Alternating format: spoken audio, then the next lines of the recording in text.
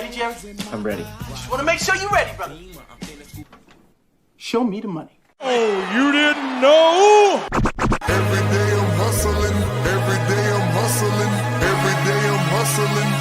You put my shoes on, you wouldn't last a mile. Summertime, wintertime, I'm on the grind. Yeah, I got the ring, I'm the champ, I'm the genie of the lamp. This is the gift I was given, so I just live by my hustle.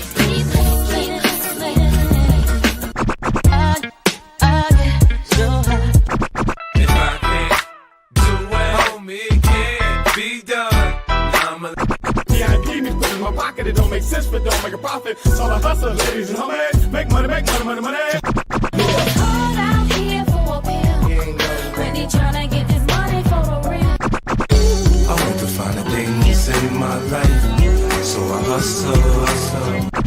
It ain't over for me. No, it ain't over for me. Here comes the money. Here we go. Money talk. Here comes the money. Show me the money! Okay, let's go smoke that joint. What up? What up? It is Alex, the fantasy football hustler, back at you. And oh, yeah, playoff time. Playoff time. Shout out to everybody on Rumble as well. Shout out to Toker1 who threw in a super chat over there. We're going to get the song that you threw on here very shortly. Shout out to Stranger. What up? Let's see. Let's go backwards on this. We got Stranger in the house. We got Jamie in the house. Toker1 and Toyota1 and Johnny over on Rumble. Appreciate you guys. Papa1, what up? Papa J. Papa J. Emil, what up? Toyota1, what up from Twitch? Yeah. King D said need 39 points from the Packers D and kicker. Oh, man, that's going to be rough. Ooh, Crispy, MVS is a bum. Yeah, MVS not playing.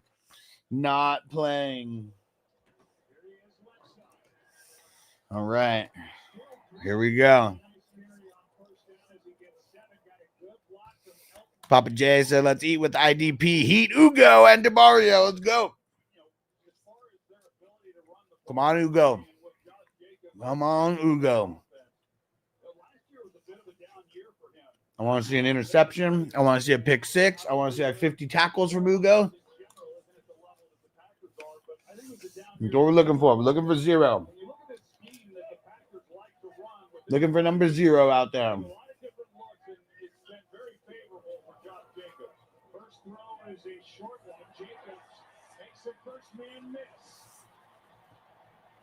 Well,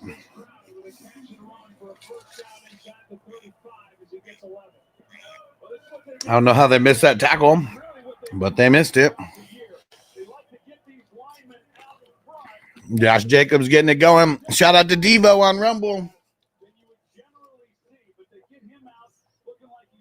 Had some fries and some nuggets, so I'm going to mac these real quick. They're going to get to smoking.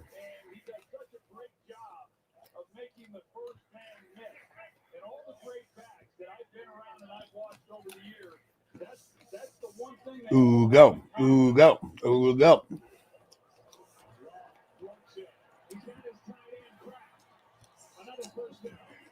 Mario Davis has got a tackle. Stranger said, I don't know what the Bengals content creators are thinking. 2 live shows during Monday Night Football and 1 during Thursday Night Football. Yeah, what are they doing? Maybe just watching it, having fun. But content is not about the game. Who cares?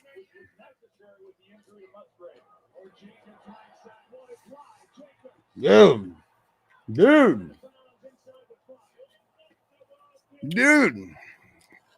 What up, Phil? Emil said, Hush, you make any championships in any of the 1,000 leagues that you're in? Yeah, I'm sure. I've already clinched a couple, but we got more to go tonight. More to go tonight.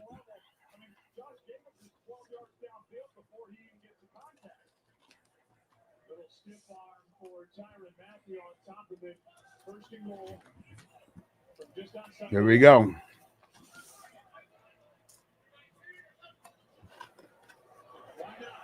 Oh, shut down. Shut down. This is where they do a play action, and Ugo rushes the passer. Sounds good, Jamie. I'm sending it to you right now, bro.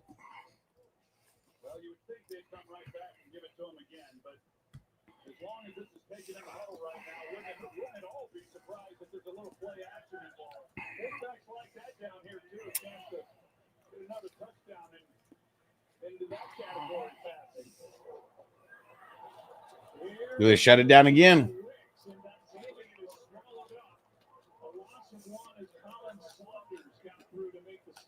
Come on. Come on.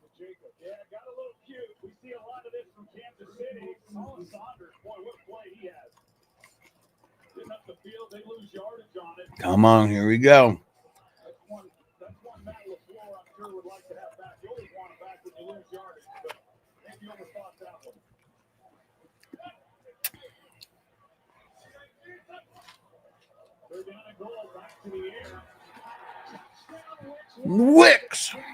Wicks. Dude. It wasn't Dubs. It wasn't Dubs. I need Dubs not to do nothing.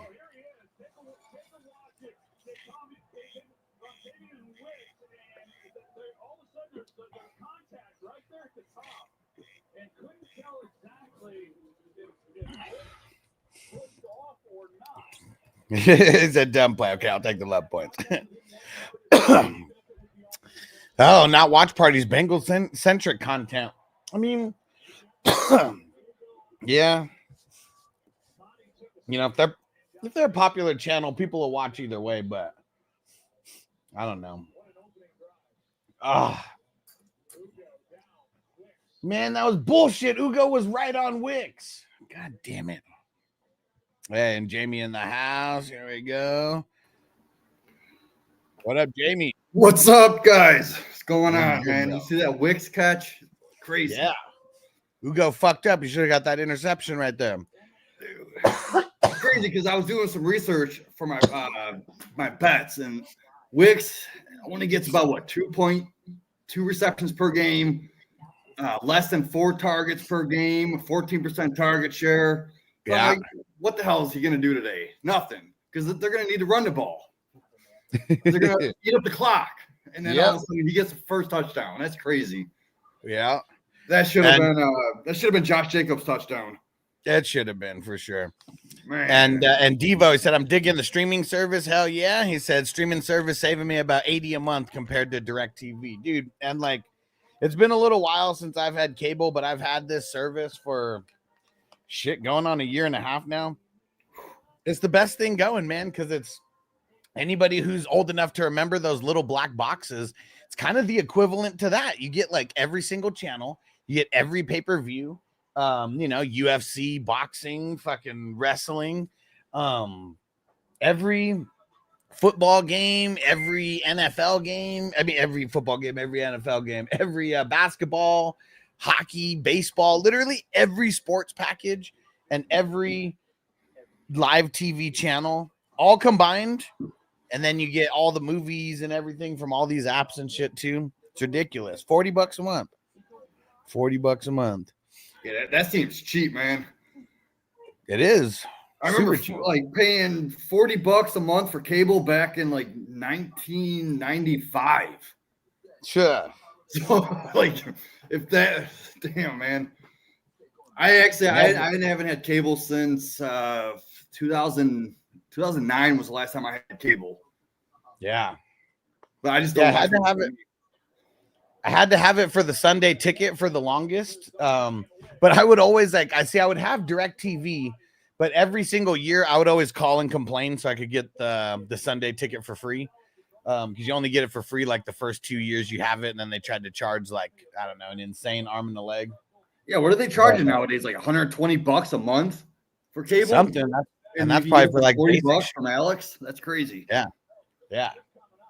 And even if you watch UFC, if you watch one UFC pay-per-view a month and you pay for it, that's like what, $80? So even if you only got this just for the UFC pay-per-views, it's still $40, and then you have everything else in addition to that one pay-per-view. Yep. Stranger said, Huss, how much extra per TV? $10 extra. So yeah, 40 gets it on one device. You can always log out and log in, but that's, kind of a hassle, especially if people are trying to watch it simultaneously. But yeah, $10 extra, and you just need a Fire Stick to plug into the TV. That's it. You just got to have Fire Stick into your HDMI TV to download the app. Yeah, Devo, he said YouTube is $480 a season. I mean, yeah. Wow. And like I'm sure people are going to use it outside of football season for different things, but it's mostly just because of football. Like everything else is just everything else. I mean, the football alone is worth it. Fuck yeah, man. All right. So we're going to try this out. So I bought some weed online. One of the things that I'm going to do in my connoisseur, little endeavors here, I'm going to buy from these super famous, like YouTube weed YouTubers. They all have brands and shit where they ship stuff through the mail.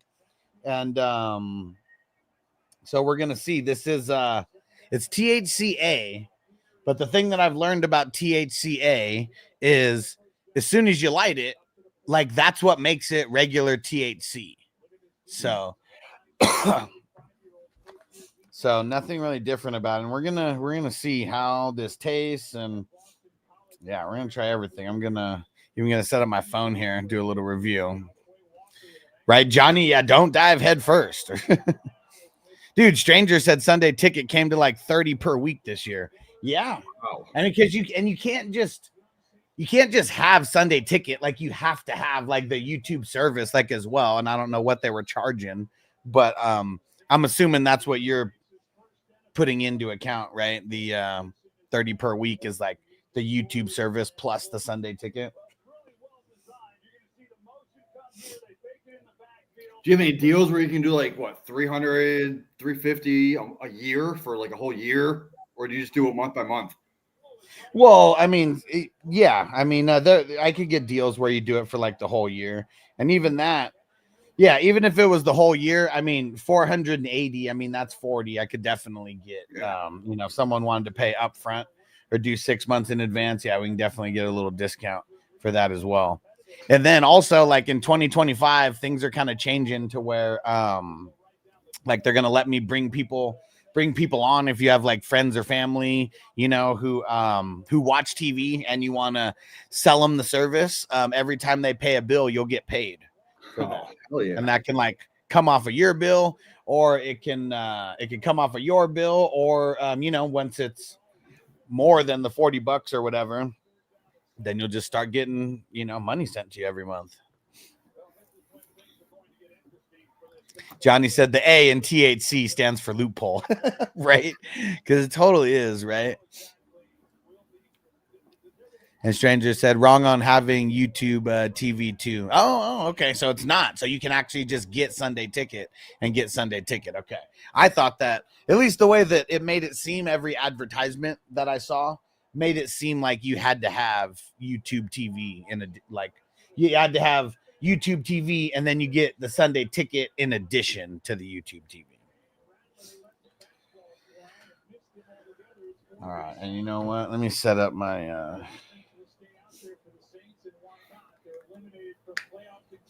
I'll set up this camera here. Oh, this is so. I'm looking up this THCA thing. There you go. Okay. It's a naturally occurring cannabinoid found in raw cannabis plants. It's the precursor to THC, the compound responsible for the psychoactive effect of cannabis. Right. Yeah. Marco, good evening good evening to the future. Good evening from the past. And Joseph, what up? Happy holidays, brother. Just in case I don't tune in Wednesday, happy to see you doing your thing. Appreciate you, bro. And is that let me see. Yeah, appreciate you, homie. Thanks for jumping in. All right, let's try this. Let's try this bowl here. Yeah, so, like it must be converted into THC through a process called decarbonization, which has occurred when cannabis is heated. So like what you said, whenever you smoke it or vape it, that's what turns into the THC. Yeah. That sounds awesome. Yeah, very interesting, right? Yeah. Because I thought, like, when I first learned about THCA, I was like, oh man, is this some like fake synthetic weed or something? Dude, I can't stand that shit. Like the synthetic shit that you get through the Habib stores. Yeah, I just, that's what one day I smoked it and I literally felt like I was fucking flying. Like I was so fucked up. Never wanted to do that again. I don't know what the hell happened. Yeah, that fucking sucks. Oh, you know what's crazy? I didn't. So Rumble, they added a new feature where you can actually gift subs on Rumble now. That's cool. Never saw that before. And Quincy, can't believe I played Debo yesterday and you went off. Can't believe I played Debo yesterday and you went off. Got me into the finals. Oh man, good shit, bro. I played Debo in a league. Made it to the finals. Oh yeah. Stranger said Marco doing it's 5:30 here, bowl 30. Let's go. Okay. Now let's try this. We're gonna spark this up. This is the black cherry taffy. Here we go. Oh, that sounds delicious. Black cherry taffy. We're trying this one out first.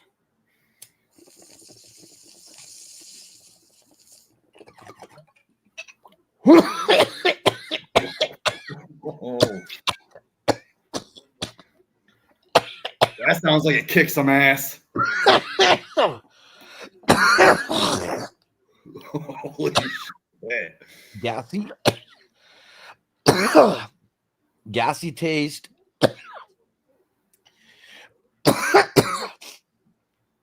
I mean, I don't know if that's the cherry, but I'm getting a little bit of citrusy like action as well.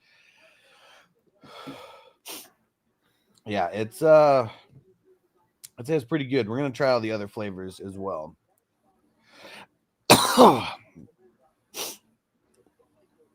Whew. That one got me. Tucker one said a little dab will do you. There we go. Yabba dabba do. Oh yeah, and I totally forgot. We got to play Tucker one. Put in the song here. So it says the potential benefits of THCA for therapeutic properties is anti-inflammatory effects, neuroprotective properties, anti-nausea. It should be everything, that normal THC is it says it's treated differently than THC in like jurisdictions. Yeah. Yeah, see, I'm not even sure. It doesn't even have all the stranger. It doesn't even have all the what's it called? All the stats and genetics on here. Let me go see if they have it on their website.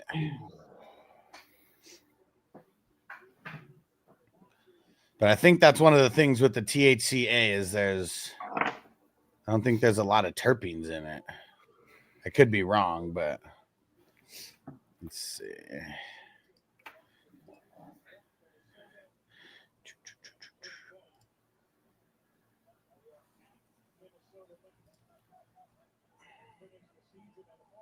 Offsides.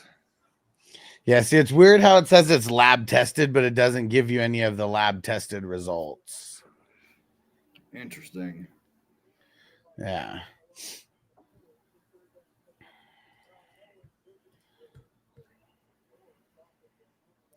Johnny said dabs are a different animal. Hell yeah, bro. Oh, and what Toker one say? He said, I got to commit for the best ball tournament next year. Nice. Yeah, next year it's going to be bigger and better. Bigger and better. That's why. And there's going to be 2. Dude, I'm going to do like 100 teams next year, just like Crispy. Yeah. If I can get in with four out of my 5 teams, imagine if I do 100.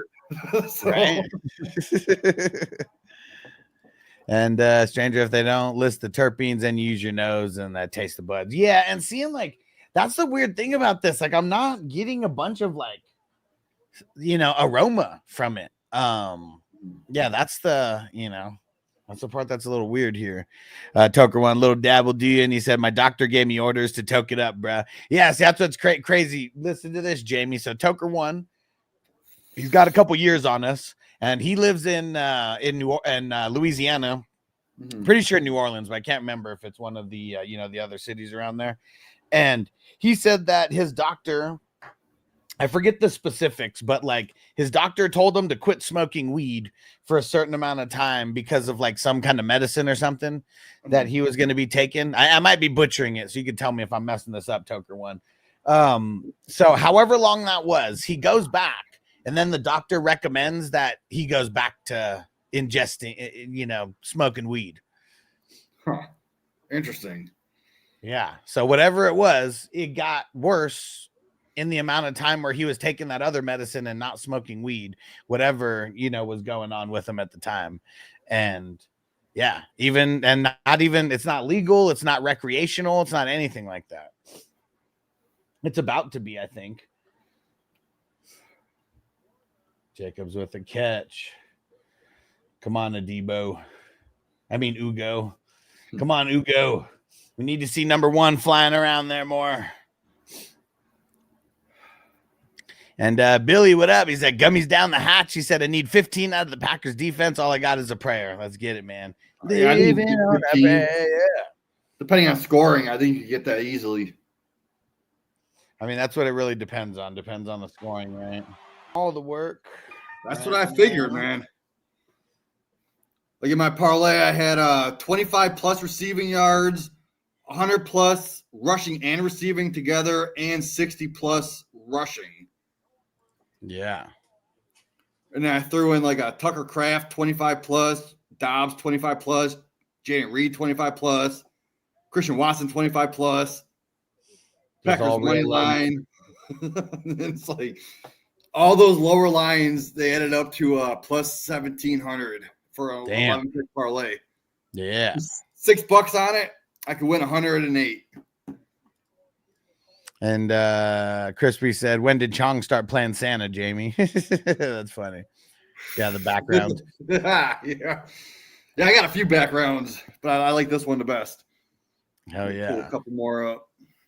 Uh-oh. Jacob's getting his stretch on the side. I don't know what happened, but kind of stretching on the sideline there. There's another one. You guys like that? Oh yeah, and then I could change the font now. There we go. Let's get a better font in there. And Toker one, you the man, throwing in a super chat on Rumble. He said, yeah, my cardiologist and oncologist concur. There we go.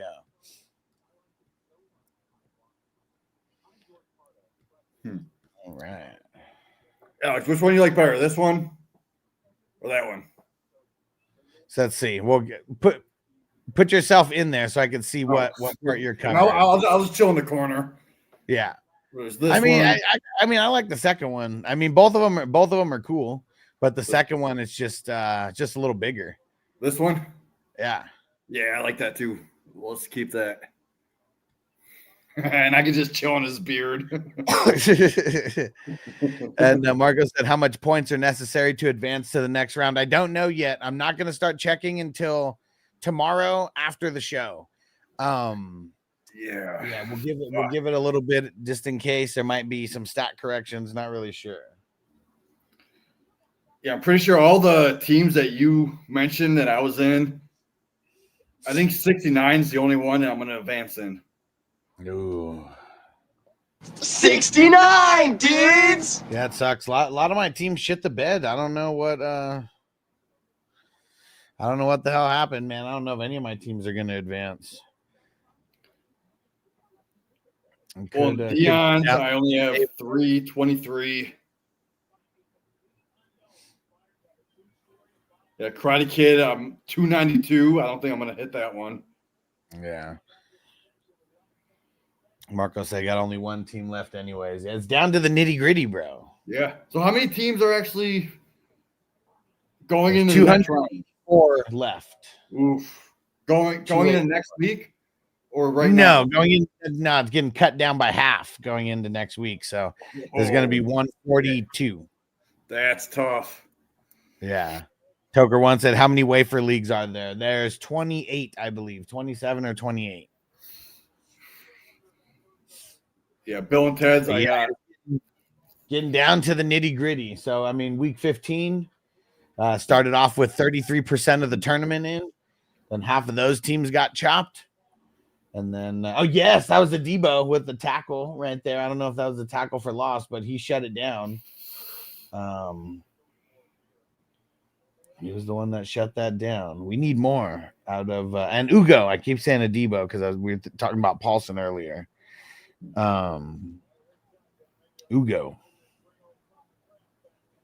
Ugo's got 3 already.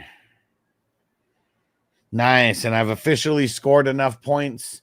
Assuming there's no fumbles by Dubs, I've officially scored enough points to advance in the Marvel Multiverse of Madness, our 32-team league.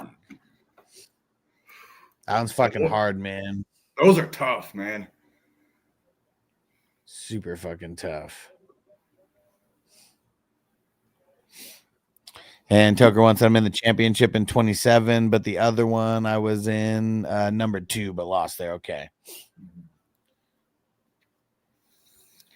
And Johnny said, if Ugo got 3, then I got you in the best ball. Good battle, sir. Hey, I mean, I already knew that you got me. Yep. And it's showing that you're beating me. I already counted that one as a loss mentally because Ugo's going to score like 40 today. So, yeah, I already knew that was happening.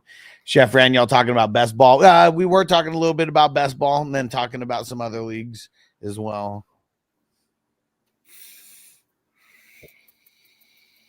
Yeah, I need Ugo, man. I need Ugo. Got one league. I got Reed and Ugo, and I need 23 points. Come on. Right? Crispy said, just remember, if you don't make the top 4 placement in your league, it doesn't matter how many points you score. Yeah, and see, one of the things that's tough is like, I can't take the time to go through and like, delete teams or like whatever. But yeah, there's so many people who are like, bro, why is my team name not on the list? Like I scored this much. I'm like, dude, but that team didn't make the playoffs, man. You didn't notice that the team only won like a couple games throughout the year and they didn't make it. I mean, that's fantasy football for you, man. You could shit the bed all year, do good later, or you could do good all year and then shit the bed in the playoffs. Yeah. I mean, I know there's so many people, I see it in the Facebook group where like, I hate fantasy football. It's all luck. And then you see their comments like, yeah, I was number 1 all year and I lost the first round of the playoffs. It's all fucking luck. So funny. Marco said in the Dynasty 2, you had a pretty close matchup. Yeah. Still bitter about that one. I lost by 0.02 points. And I had Saquon. Like, that's what sucks, man. And like, fuck. And it was the guy who had JT who beat me too. So like, pretty sure he ended up smashing the person that he played this week. Because I think he had JT and Lamar. And I outmanaged myself. I had the right horses, just didn't play them. That's what sucks when you lose. Like, imagine if you had Hurts and Mixon all year. You're killing it. And then you just shit the bed this week. Yep. And it happens. And like, that's why I just don't agree with the start your studs. Exactly. Yep. Because I was saying I was going to start Garendo over Mixon last week. And then all of a sudden he was out. So I'm like, well, fuck, I have no other option. People like, dude, crazy. They're like, why are you going to start Garendo over Mixon? I'm like, because Mixon ain't going to do shit. He's already locked up his playoff seed. And, coming out. I can't even tell you how many people asked me Jerome Ford or Mixon. And every single time I said Jerome Ford. Yes, I would have done the same thing. Brian Robinson was someone that I pretty much told everybody blindly bench, like just play anybody over him. I didn't think that like you could literally play anybody over him. Like could have played yourself and he only scored 0.10 more points than anybody who doesn't even play in the NFL. Yeah. Yep. Phil said Hurts probably cost me too. Yeah. Yeah. I mean, one thing that I will say for me is I was so against Hurts, like ever since he, like turned into a second or third round pick or like whatever, when he got that hype. So I never paid up for him ever in redraft or dynasty or anything after that. So I've never had him. And 2 out of the last 4 years, he's fucked teams in week 16. Yeah. Yep. And by injury or whatever, 3 years from now, we look back and we're going to say Hurts fucked us. We're not going to care about him, as long as the injury isn't something super serious, nobody's going to care about that injury. I'd almost rather have like a Drake May right now than a Hurts, because you can sell Drake, or you can get Drake May plus a bunch on top of it for Hurts. Yeah, man, it's so crazy in the auction league that I'm in. It's an offense only auction league, and every single year I keep getting fucked on quarterbacks, and but I'm in the championship. And the 3 quarterbacks that I got on my squad are Drake May, Cooper Rush, and Rudolph. And on my IR, I got Carr and Trevor Lawrence. So those were the guys that I actually drafted.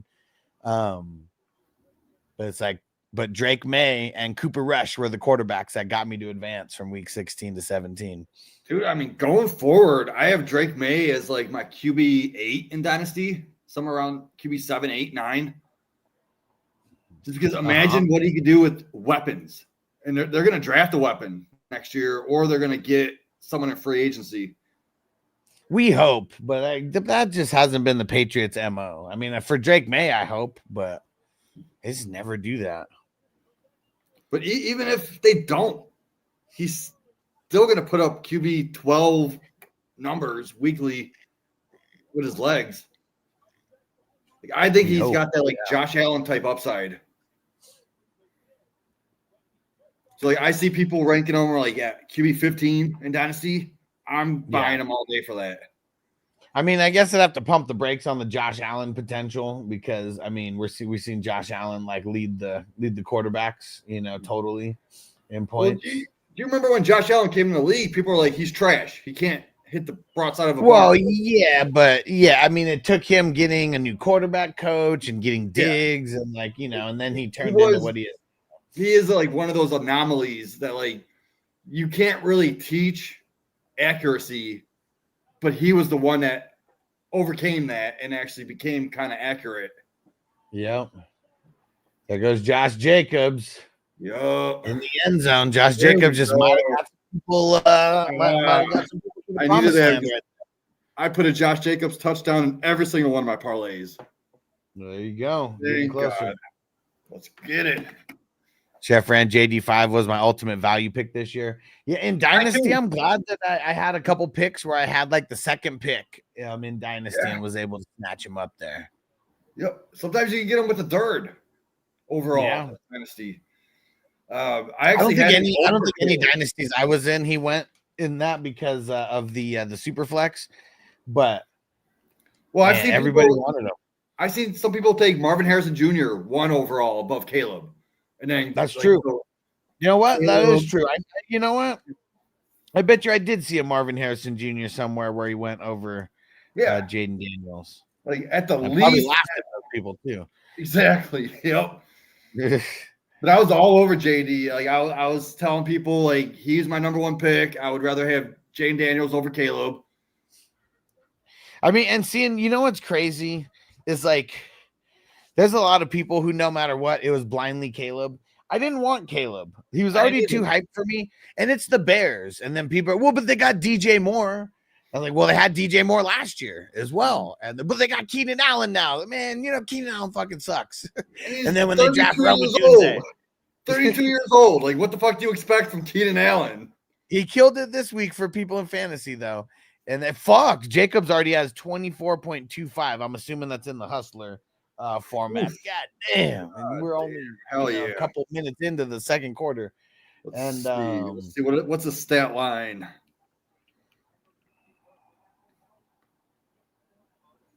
He's got 53 yards on 10 carries for a touchdown and 3 receptions for 32 yards. So I imagine there's a lot of first downs in there. Ugo's got 4 points so far. Come on. We need more. We need more. One of these ones. Let me see. So let's see. I got my Kraft 25 plus. I got my Dubes. Dubes is so close. I just need 5 more from him. I just did a parlay with I took all the receivers from Green Bay and just put 25 plus yards. Nice. Parlay. All right. I've officially advanced in another league. Nice. This one's against my arch nemesis. Fuck him. Who's that? Can you give it Everybody should already know who my arch nemesis is by now. No name dropped in here, but we know. Yeah, we know. No name drops. Everybody knows. All right. There we go. So let me see. So now let me see. Where have I officially advanced? 1, 2, 3, 4.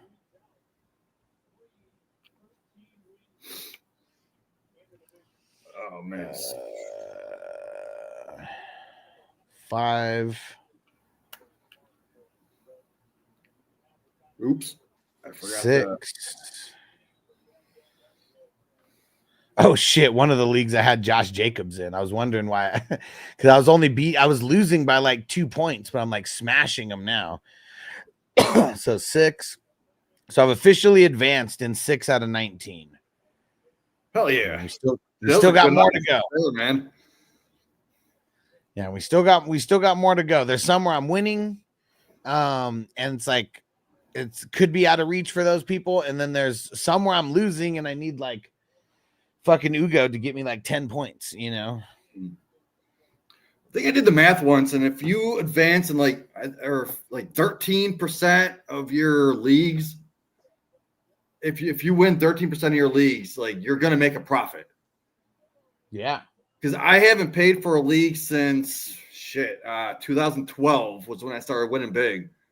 Nice. And I just take my profits and I take them out, but I keep what I have to pay back in, obviously. But like last year, winning the tournament, that $1,000, dude. Yeah. Like right there, even without that, I still wouldn't be paying for leagues. So I'm not going to be paying for leagues for the next 5-6 years because of that. Yeah. Hell yeah.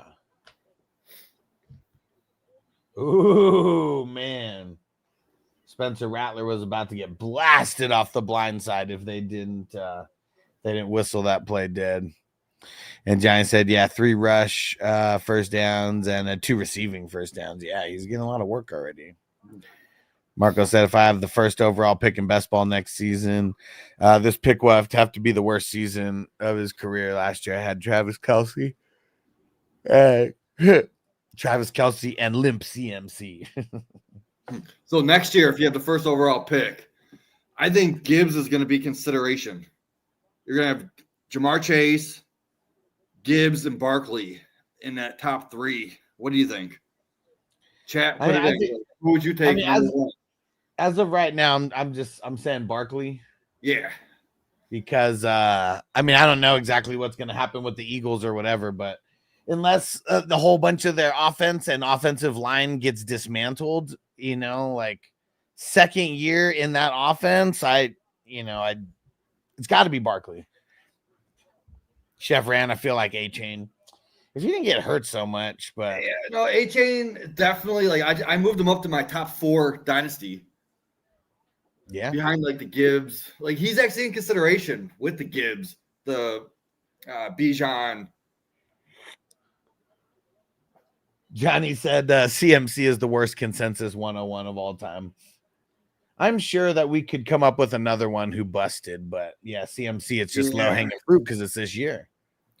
Man, almost every year the 101 is a bust because like you can't outproduce your draft capital.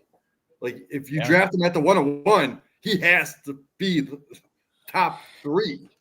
And see, and here it is, man, with Superflex. Man, that's why I like picking the quarterbacks there for regular leagues. I mean, best ball, things could be different, but because I feel like it's easiest for those quarterbacks to live up like points wise to that 101, even if they're not like the top quarterback. If they score more than any running back or wide receiver, like that was already a good pick just because of that. As long as you hit on other picks, Yeah, I think this year was probably the best year to go. Like, what do they call it? When you wait on your running backs.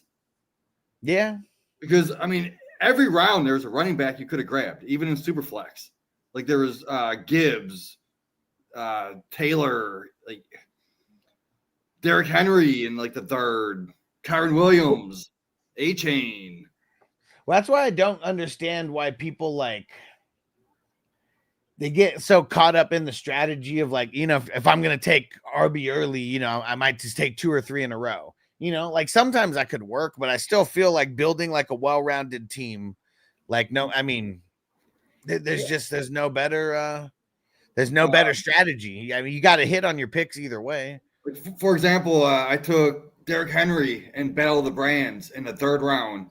And then my second running back was Joe Mixon in the 6th round. So that's a perfect strategy right there. Yeah. Obviously, it might not work out this week because of fucking Mixon. How did that fucking happen like that? There's no way that happened in that exact way, that you got Mixon in the 6th round. Yeah, because people were going quarterback heavy. And I didn't take my 3rd quarterback until fucking dude. I didn't even take a 3rd quarterback in a draft. And Daniel Jones was my 2nd quarterback, so that's how that worked out. Damn, and you did get him in the 6th round. Yeah, I did. Yeah, holy shit. And then Pollard in the 8th. And you know what? Now that I remember, I was pissed about that because I picked Najee at the 6'5", and I wanted him there. But that's why because of the quarterbacks, everyone went crazy QB heavy. Yeah, because I saw quarterbacks going off the board, and I remember there was a quarterback you took. Yeah, it was I think it was Mayfield. Yeah, it was Mayfield, and I was like, "Fuck," because I should have took Mayfield over I think Olave, and my team would have been fucking solid if I did that. Yeah, see what's crazy is hindsight's 2020. Me taking Diggs, I took Diggs in the 5th, that fucked it all up. Breece Hall with the 1st overall, I fucked it all up there. If I would have had Barkley, everything would have been different. And Barkley went 3 picks after to Crispy. Smart guy. My Singletary pick was trash. Man, I could have had. Man, my best. I drove fucking Ford. I mean, I know he didn't do shit in the beginning of the year, but neither did Singletary. But right now, Ford would help me out. What up, Derek? Shout out to Derek. And I see my best pick on the board right there. Chase Brown at the 9-10. That was the best pick by far.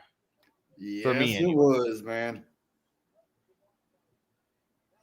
Yep. Fuck that league, man. I'm so pissed. Yeah, we got to do this again next year. Yeah. Awesome. So who is it going to be? It's you versus who? Do you even know? Justin. I did a podcast with him like 3 years ago. Sam Tex-Mex? The fucking TSS? TSS, yeah. I did a podcast on TSS like 2-3 years ago. And I didn't know the guy. He invited me on. And it was funny because the other guest they had me go against, we had this like waiver wire battle. It was Joe Pepe.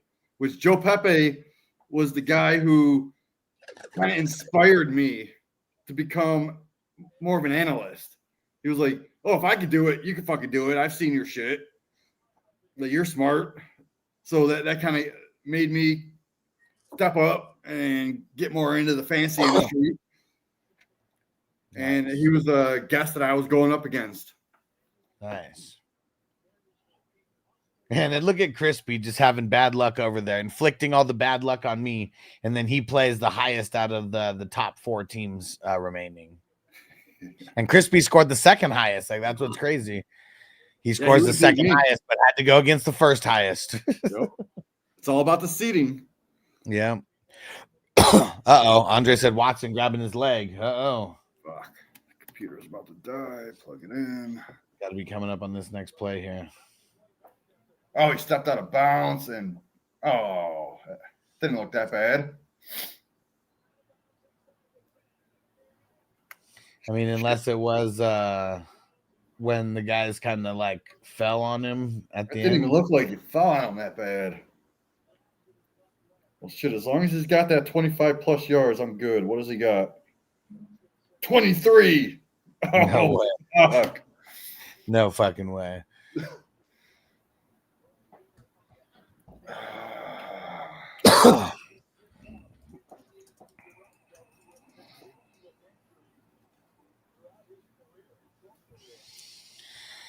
Oh man, this is stressful times right now. It really is.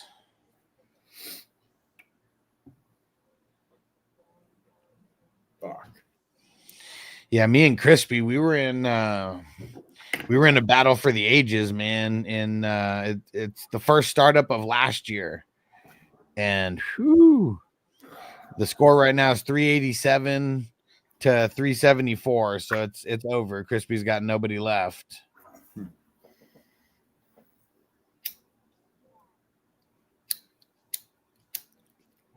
2-1, not enough scoring going on here. I know, right?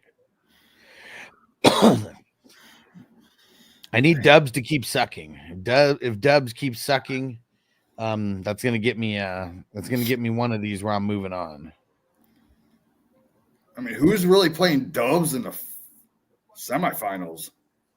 Who else did he start him over? Well, I mean, I don't know who he started him over. I haven't even looked at his team or like cared too much to like look, but it's these dynasty leagues, man. The dynasty leagues, some teams don't have a lot of depth. True. I know there's one league, man. Listen to I need to win over here. Need to win over here. Listen to my bench. My team still did good. I'm scoring almost 400. But here's my bench. This is the hustler scoring. Kareem Hunt 21, Tajay Spears 32, Abdullah 28, Keenan Allen 45, Jameson Williams 38, Sam Laporta 20. That's solid. But like that, I mean, that's my bench. Here's my starters: Purdy, ETN sucked. Henry, Justin Jefferson, CD Lamb, Cortland Sutton sucked. Kittle, Higgins, and Trey McBride sucked, and then Kyler Murray. And then Van Ginkel, man.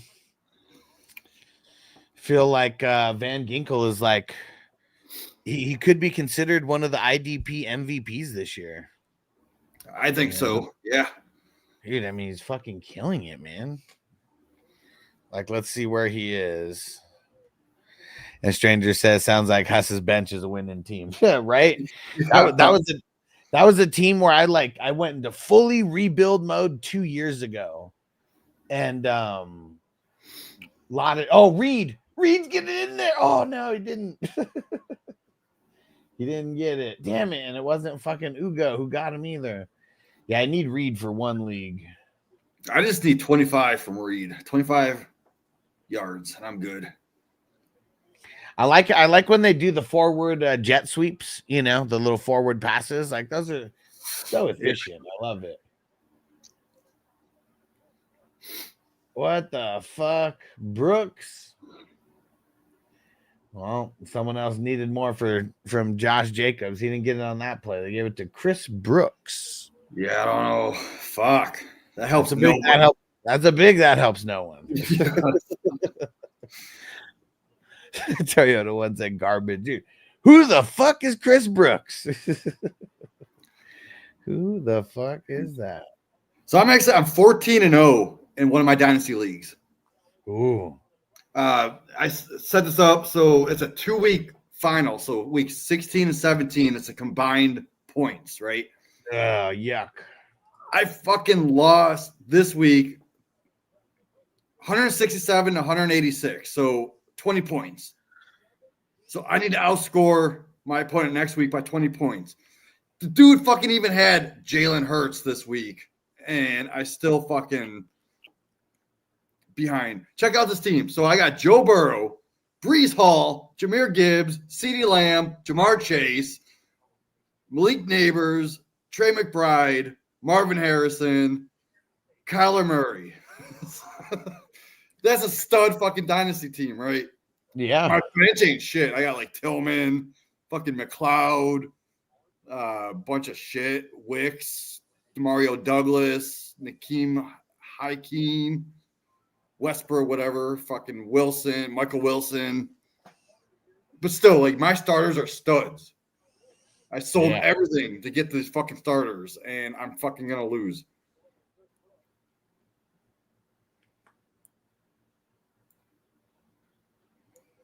But dude, imagine having Brees Hall, Jahmyr Gibbs, CeeDee Lamb, Jamar Chase, Malik Neighbors, and Marvin Harrison Jr. on a dynasty team. That's fucking. Maybe I need to start selling these people for like Amon-Ra St. Brown or someone. I don't know. What do you think? I mean, it's always nice to go tier up, but I think that a lot of people get it to where. Well, that's what I did. I tiered up to get these people. Yeah, I mean, if you make it to where you have like no more depth, besides that all, I guess that's what makes me nervous too, like catching a couple injuries and then your season's like damn near over because you have no depth. Like that's another thing that just comes into my mind when it comes to trying to acquire this crazy start pieces. 11 too. So like I wanted to get all my starters studs. Yeah. I don't know. I got to rethink that in the offseason. If I fucking lose, if I go 14-0 and then fucking lose the final, I'm going to be pissed. Dude, it's so hard to go undefeated. It's my only team. I got 35 fucking teams, and this is the only one that's undefeated. And Toyota One said that's how my family league is. I don't get it, the 2-week thing. I don't like it. I think that's like an ESPN thing. And like, I don't know. I'm not a fan. Crispy said, I need to bench Josh Jacobs, please. Yeah, the only place I got Josh Jacobs, I already won. So I'm good. Let's let him take the rest of the night off. Just don't start giving it to Dubs all crazy. And Derek said, I made it to the ship in both my work leagues. I need one of them, Josh Jacobs, to get 13 points, and I just got it. There we go. And going to the ship in the 18. Uh-oh. Nice. In the 18, huh? Let's go see what it looks like over there.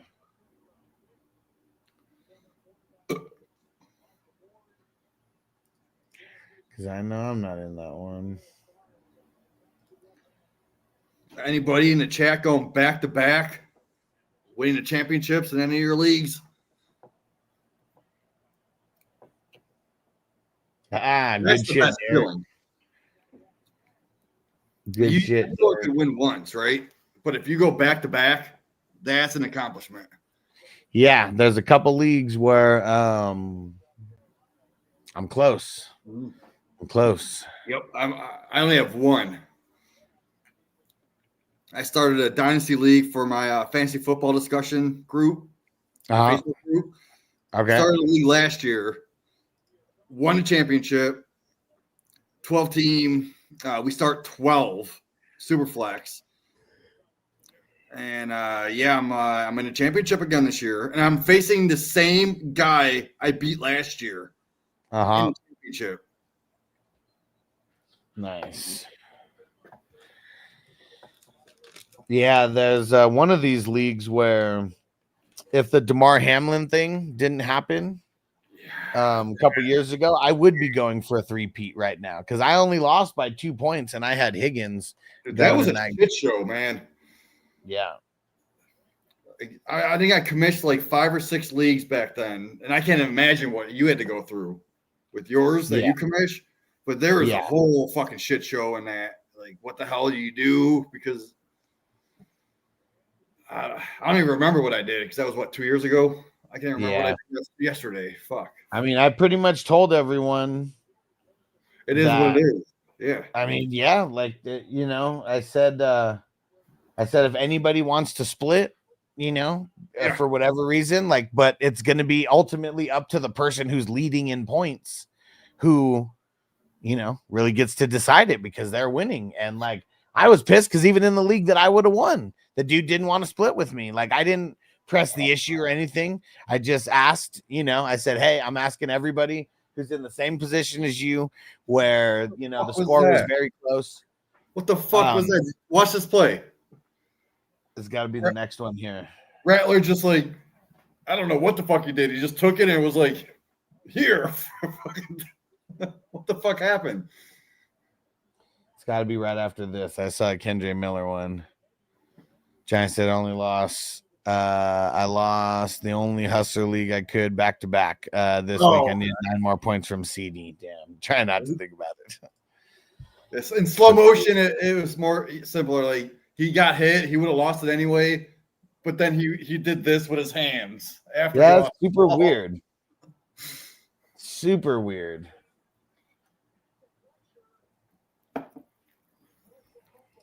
And Derek says 21-0 time for the Saints past the sticks, right? I mean, I don't even know if this is going to be worth watching the second half. I'm probably going to be too nervous from like guys where I need fucking Dubs, or not Dubs, Reed and the Ugo, man. I need, hopefully Green Bay's on the field a bunch, but man, I need Ugo to get more points. Derek, pause and exit the game.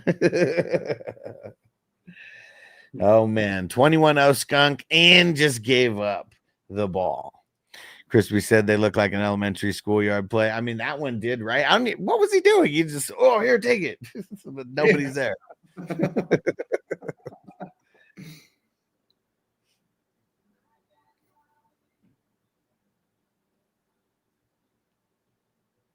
Oh, and I think you mentioned this on Facebook earlier, right, Jamie? You were asking what kind of Christmas movies people are watching. Yeah, I watched Gremlins. I watched Lethal Weapon. I watched Die Hard and Rocky IV so far. Nice. So, I mean, my go-to movies are The Night Before with Seth Rogen and Super. Oh, that one's fucking hilarious. I forgot about that. That one's great. And then Office Christmas Party also came out within the last 10 years. That's with Jason Bateman and TJ Miller and a couple other random people that you'll know. But that one's super fucking funny. And then, yeah, and then all the old school, you know, all the old school movies, the Santa Clauses, and that one's all right. Yeah, it's funny, but I mean, it's a Christmas movie. But I usually save Die Hard for Christmas itself. You know. So we'll watch that on Christmas. Batman 2. Wait, you know, 2's a Christmas movie? I mean, see, like, okay, if Die Hard's a Christmas movie, then Batman Returns is a Christmas movie, because if you remember, one of the like, it wasn't like the opening scene, but like they have a scene where like they're holding some lady hostage from like up on the roof or whatever. And then it's like at a Christmas lighting ceremony or whatever, and then they push her off and she literally falls on the Christmas tree, you know. Oh, see, I didn't even notice that, man. So there was a study, I forgot what college, but there was a recent college study that these professors did, and they get in there, Phil. They're comparing Christmas movies, so they actually came up with the conclusion that Die Hard is more of a Christmas movie than Rudolph the Red-Nosed Reindeer. Well, it's because what they did is they took the factor in like how many scenes show Christmas trees, Christmas songs, like the fact that here's where Die Hard gets a negative for me because it's a Christmas movie. Where's the snow? It happens in LA. It's like it's not a Christmas movie. LA, there's no snow in LA, dude. Bro, I've seen movies in LA that they had snow. Okay. It may have been fake manufactured Trust you. snow, and it may have been some miracle, but they figured out a way to get it in there. All right. That's why I So always how, talk about shit the, about the- Die how Hard. about the end when the money's flying down, like all those papers? Yeah. That could be considered like a snowfall. Maybe It could I don't be. know. It could be. And here's one thing that I always said about Die Hard also, because I mean, it's taking place at a Christmas party. So Yeah. it like you have to try so hard to like go against that somehow. So that's like I'm trying to find the different arguments to go against it. My other argument is I know that there's a bunch of people here who've been to like work holiday parties that happen in the very beginning of December. So not saying it's not the Christmas season, Eve, yeah. but Christmas movie, Christmas season movie, I feel like those are like two different things. Yeah, I remember the scene where the dude's in the office. He's blowing some snow. Yeah. And Marco said that was Coke. Alex, not snow. Obviously. See? But you know what? Even Harold and Kumar Christmas, there is a little bit of snow in there. But there was a part where they did have some blow, and then they like sneeze in it, and it like gets all over the Friday after next. I watched that Christmas Eve when I wrapped presents. So that's a tomorrow movie for me. There you go. And Crispy said Bill Murray Scrooged. Yeah, I mean that's classic tale. What? You got to see it. It's like it's a Christmas Carol. Write that down. But it's a Christmas Carol. The whole story of a Christmas Carol, but it's Bill Murray who's like a TV executive, and he's the Scrooge. Like he's the Scrooge. I don't think I've seen it. So I watched this one. I don't know if you can see it. It's Saturday Night Live. Okay.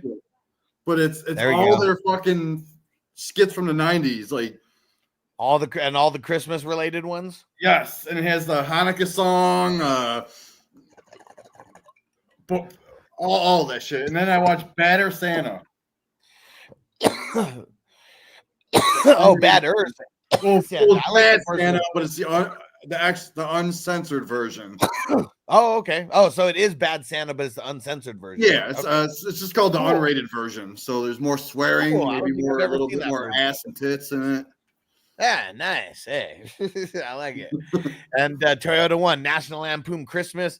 I saw that already this year. Yep. I always watch that on Thanksgiving, and I usually watch it one or two other times. But yeah, because that like starts Christmas for me. National Lampoon Christmas. I like starts Christmas season for me. Bad Santa. Haven't watched that again yet, but got to. Elf. I know that like Elf is hilarious. I hate Will Ferrell, but I know Vanessa loves that movie, and so it's always on. So I'm watching it at times. So there's a fun fact. Did you know they wanted to make that in 1994 is when they wrote that script, and they were going to have Chris Farley, I believe, as Elf. Damn. And it's actually I would have loved to have seen that one, but I'm kind of glad they held it off for Will Ferrell because that's a classic. Yeah. Screw Will Ferrell. Man, I much rather would have seen Chris Farley. But yeah, Will Ferrell. I mean, that's one of the ones that, the reason why I don't like Will Ferrell is because I don't think being gay is a punchline. I don't think kissing guys is like a punchline. And like, so that's why I don't like, that's like his like go-to brand of comedy, which, if you like to dress like a girl and kiss guys as like comedy, like, like that's on you, it doesn't mean I have to watch it or laugh at it. Cause that's just not funny to me. But Old School, I like that one. And Elf, because of that character. Yeah. Old School's a Christmas movie? No, I'm just saying Will Ferrell in Old School. Oh, yeah. Okay. When he runs naked. When he's Frank the Tank. Yeah. And then Christmas Story. That's one of my faves too, Toyota. Yeah, that's like I'm from Cleveland. It was based in Cleveland. So that's obviously a classic for me. Yeah. And is that house actually in Cleveland? It is. Yeah. The only thing that the part that they had where he was above the sink, where he was shooting the bandits with his BB gun. Yeah. That window is not in the house. Okay, that's a set. Okay. Yeah. So that's the only part of that movie that it's kind of fake. So did you ever go to that house just to like go see it? I have once, like years ago. I mean, it's worth going to once, but I heard it's just like people could rent it out and like stay there for the night. That's cool. Yeah. I even saw Chris Marco brought up Home Alone. Yeah, I mean that's probably my favorite. Home Alone's classic, man. I got so many fucking behind the scenes shit on that. Like they filmed it inside of a school in their gymnasium because they couldn't fit the crew inside of the actual house that they filmed the outside. So they built a set inside of a gymnasium. Interesting. Yeah, and then like the water scene at the end where they flooded the basement, it was just easier for them to flood the pool and then just drain it afterwards.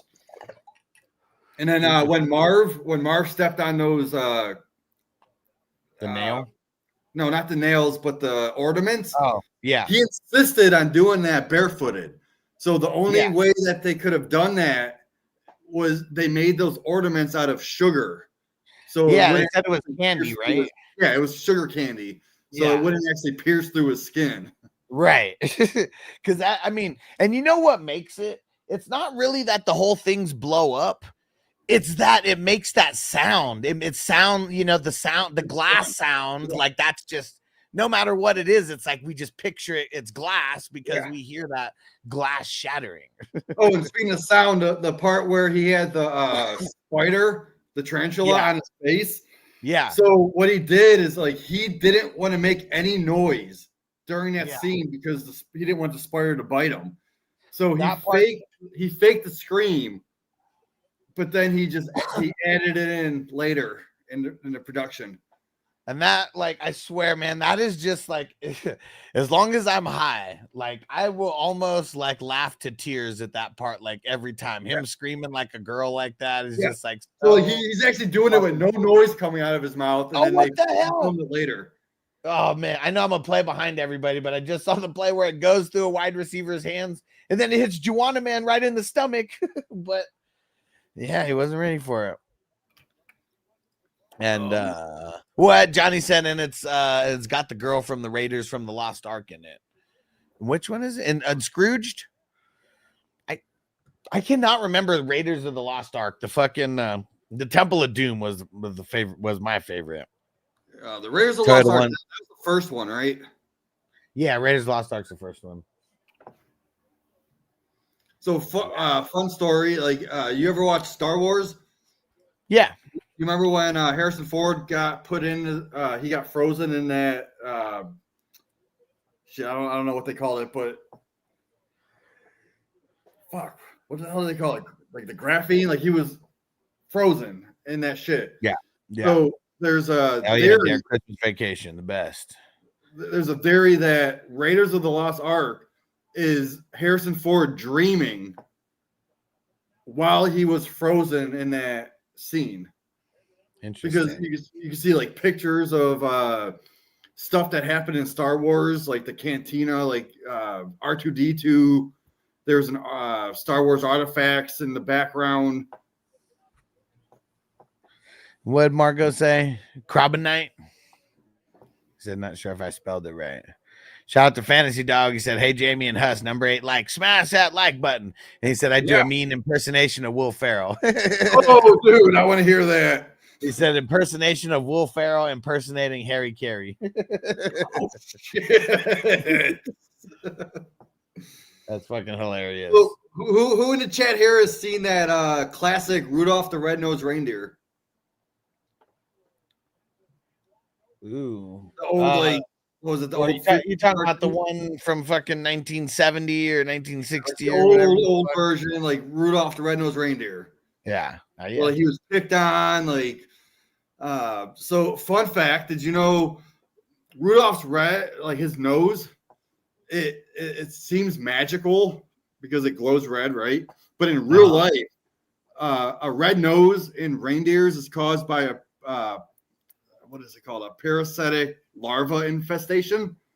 Okay. They're called bot flies or snot flies, and they lay eggs inside of the reindeer's nose, and it hatches into larva, which then burrows into the reindeer's nose, causing swelling, increased blood flow, and that's what causes it to become red. So with that severe infestation, it makes it hard for reindeers to breathe. Makes it hard for them to eat. They can't even really survive if it gets too bad. And Dude, that's so the reason- Rudolph is hella contagious. So that's the reason we've never seen Rudolph again after that one night, because he died. Hella contagious, dude. Yeah. I'm sorry I ruined your childhood, but Rudolph died because of You his. know what? So that's why they didn't let him play in any reindeer games, because he's contagious. Yes. They were actually just being smart. Man, when I'm just out and about with like Noble, and if we're at like any kid's place and I like fucking hear kids coughing or sneezing, it's like, ah, little fucking box of bacteria. You Dog don't wash away. your fucking hands. All right, Johnny, we'll catch you soon. Maybe you can smoke enough weed to make this game interesting. I don't know. Yeah. Fancy Dog said, hope so. 500 versus 100, or $500 versus $100. All right. Let's get it. And Toyota 1 said they killed Killer B. They killed Killer B. Almost there, Phil. 2.83 to go. Let's go. Marco said, best Christmas movie is It's a Wonderful Life. I don't know if I've ever seen it. Funny. Because I just watched that Saturday Night Live Christmas right here. I don't know. Shit, it's hard to fucking see this right here. And they had an extended version of It's a Wonderful Life at the end, where they beat the crap out of that old dude in the wheelchair because he fucking stole all their money and shit. Yeah. No way. Bad sport. What up, bro? He said miracles do happen. I've been on an 8-game win streak to the championship. Let's go. Yeah. Let's get it. You never know, man. You can start 0-8 and then win out.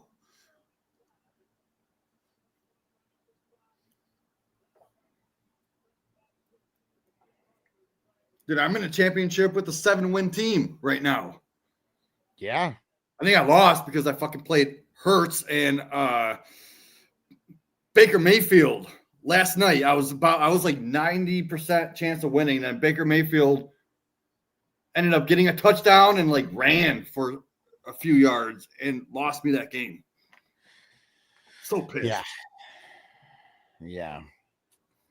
Fucking Ugo, man. I need Ugo to get more points. I'm looking good in a lot of my games right now. But like if Ugo does better.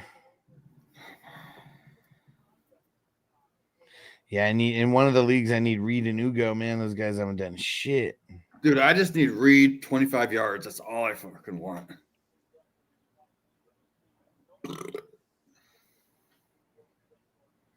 And the fun fact is, like, the Saints allow the 12th most points to the slot receiver. Yeah. So why the hell isn't Reed doing shit? He's been trash.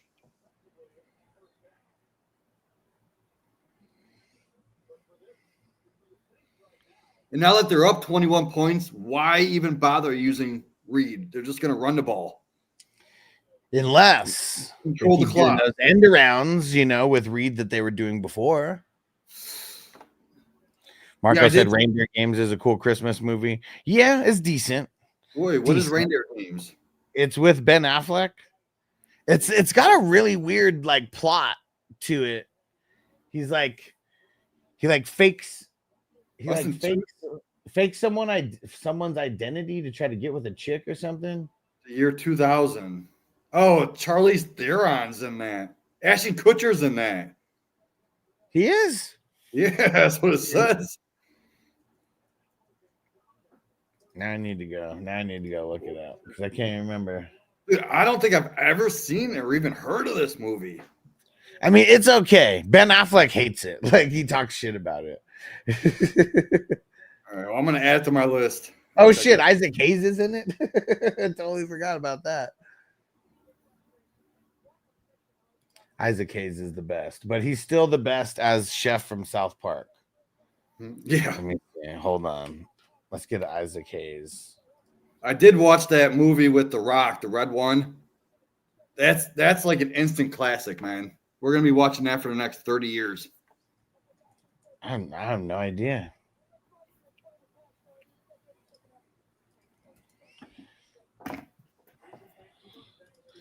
Derek said they shouldn't even come back out after that show. Yeah, just head on home to New Orleans, guys. Like, just get an early fucking early go at it.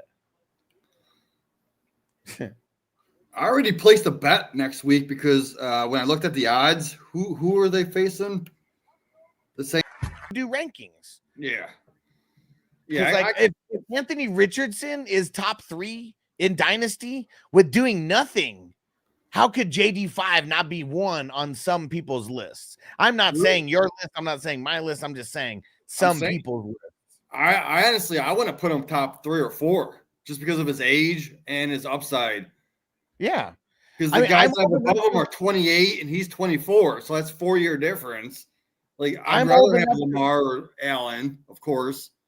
I'm old enough to remember when Curtis Samuel was the number 1 dynasty wide receiver. Holy the number 1 overall Curtis into Samuel. it. What? It was because of or wait, maybe not Curtis Samuel. Was it DJ Moore? DJ Moore. I mean, it was when him and DJ Moore were or you might be thinking of Deontay Johnson, because I remember Deontay Johnson being like the top 5. No, it was DJ Moore when he was with Cam after that 1 year of like doing crazy. And I think I had him at like 11 or 12 or maybe 10. That's what I'm saying. It's like, and I guess when I say consensus, if I see it on like multiple people's lists, I just assume that most people think that way. Yeah. Especially if it's like bigger names like in the industry, which most of them I don't agree with their lists. It's just, but I'll call it what it is. And it was DJ Moore that year. It was like 2018, I think.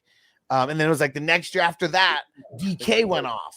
And like DK was like the number 1 wide receiver going into the year, like after that. And it's like, so people just, because of the age, like that's what it is. It's like, if you do good and you're young, like you're just going to get put as like number 1 dynasty guy. Kind of like Puka Nacua right now. I see him as like a top 5, 6 guy. Right. I saw him top 3 on people's lists this year, Yeah, I mean, I'm not going to pay that price, but like I can actually see him the way that he plays and the kind of receiver he is. Like he might be in the top 5 to 10 for the next 5, 6, 7 years. He deserves it now. I don't like the 1 year wonder stuff. Like, Justin Jefferson, he backed it up, Jamar Chase. I mean, not on paper, Jamar Chase did not back it up, right away, like he is now and stuff. But, he kind of had an off second year, and I think he got injured and Burrow got injured, as well. But yeah, I mean, if I see it from you twice, and we saw it from Puka now twice, I mean, he got hurt, but still, he killed it when he was out on the field, and he deserves to be up there now. He shouldn't be anywhere outside of anybody's top 5 for Dynasty. Like I can see Brian Thomas right now going to next year as a top 12 Dynasty wide receiver. Dude, and if he backs up, bro, he can shoot up to the top 6, 7. Before Brian Thomas was doing good, he was top 8. Like ranked top 8. Before he was even doing good, it was like somewhere into the season. And I was going back and forth with people on Twitter. I was like, dude, who the fuck in their right mind has him at number 8 right now? Like, how does that even make sense? Yeah, you have to see it first. Yeah. And they were like, well, his age and like, the situation that he's in. I was like, can he have a couple games where he does good before you rank him top 8? So, for example, like last year, I had JSN as like, I don't know, I want to say 13, 14, right? Then he shot way down. I seen him pass like 2024 in the middle of the year. Now he's back up to that 13. Yeah. So it's like just because he had a couple bad games, you're gonna shoot him down 20 past wide receiver 20. See, and that's the part that I don't get about dynasty rankings is because like if it's a dynasty ranking, I understand people are going to make changes from week to week and sometimes even day to day because there's crackheads out there who like need to be on the rankings like that. But like, how can you adjust the rankings that far? Like just like you said, how can you be 13 and then 20 something in the same year and then back to 13? Like, it doesn't make sense. How is he getting lowered that much and then raising that much? Like, it makes no sense. And like that, like going into the year, I seen Marvin Harrison Jr. as like wide receiver 4 or 5, right? Yeah. And now he's like wide receiver, what, 15? And then when he's going to have like 2 or 3 good games, they're going to put him back up in that 4 or 5 range. It's like, no, just call him a top 10. Guys call buy the rights to these guys and sell them for insanely high deals so they could watch them flop early. It's like stock market, man. Like when people lower, like I'm buying them when they're lower. When they're higher, I'm going to sell them. Like Jaden Reed. I sold Jaden Reed this year for T. Higgins and a first-round pick. Yeah. And why? Yeah, what up? You said Williams is a stud. You can see the respect the defense gives him already. I mean, that's all fine and dandy. He is a stud. Like, I mean, he was the #1 overall pick for a reason. But like, when you don't have a line, nothing else matters. And like, their play calling sucks, and they don't have a line. They got all these great receivers out there, and he can't even get 2 seconds to fucking hold the ball to be able to let one of them get open. So right now, Caleb Williams or CJ Stroud, Caleb Williams or Jordan Love, Caleb Williams or Kyler Murray. I mean, you can make an argument on any of those. you can make an argument out of any of those, right? Yeah, you can. But it's like, I'm going to go with the guy that's already been proving himself. Maybe he's a few years older. Like, give me Jordan Love, give me CJ Stroud, give me Justin Herbert over Caleb Williams. Here's one thing that I think nobody is taking into account, even though it should be. The Bears have never had a 4,000-yard passer. Yeah. Is that by coincidence? Not necessarily. Like, you got all the bad weather and everything there. And like a lot of things are making it to where the quarterbacks in Chicago have never really been good. You know, Jim McMahon, shout out to him. I met Jim McMahon, smoked with him and stuff. And, he took him to the promised land. But I think a lot of people know about the 85 Bears and don't even know who the quarterback was of that team because it was all about the defense. Yeah. So that's why it's that hype of like, I'm not saying Caleb's not good. He's the #1 overall pick for a reason, but people were acting like he was going to go there and cure a fucking 70-year curse of a team at a position. Baker Mayfield. Same thing with the Browns. Like, there. They thought, oh, he was the savior. I was one. I was like, oh yeah, this is the guy. Like, just give him some time, he's gonna do it. And then all of a sudden, he leaves the Browns and he's a fucking superstar. Well, not right away. He had to bounce around and go to the Panthers first in a bad place, and then he got lucky. It was all timing, though. Tom Brady was only there for what, 2 years, 3 years, or whatever, and they needed somebody, and he just happened to be the guy. So like, my thing is like, let Caleb fall in the rankings, buy him low, because he's an actual good quarterback, just like Baker. So the best thing for Caleb would be leaving Chicago. Like, that's really what it is. Like, or Chicago actually. He looks way better in Pittsburgh. Even in the games where he was just a couple games, he looked way better than he did in Chicago. See, last offseason, I said they need to fire Eberflus before the season starts. They didn't do it. They For the first time ever, they fired a head coach in the middle of the year. They keep picking wrong, dude. Imagine if they would have freaking had a qualified head coach going into the year. Maybe it would be different. Yeah. So just give it some time. I think Caleb's going to do fine. Let him fall in the rankings, buy him, and then let him rise back up. What the fuck you talking about over here, Fantasy Dog? He said, damn, Huss McMahon. No. And Bakes, what up? He said, I fucking hate Reed and the Packers. He said, how the fuck does Green Bay have 21 points and Reed has 1 carry for 5 yards and 1 catch for 5 yards? It's some bullshit. Yeah, dude, they haven't had to do much in this game. Like, that was one of the reasons. If you guys remember, I was like, a lot of Jordan Love questions came up, and I was taking the other side of Jordan Love because I said, what if this game is such a stinker that the Saints don't do shit and that the Packers don't really have to do anything? Like, game script, like, that's something that we got to be thinking about. And there's you know, we could see some big stuff happening because one of the things like that could come into play for these teams is the fucking overall points, you know, like, I mean, that comes into play at certain times. We'll see if there's a tiebreaker that's going to be needed. Man, Jared Goff and fucking Brock Purdy next Monday night in our fantasy championships. Whew. Should be CMC. Come on, baby.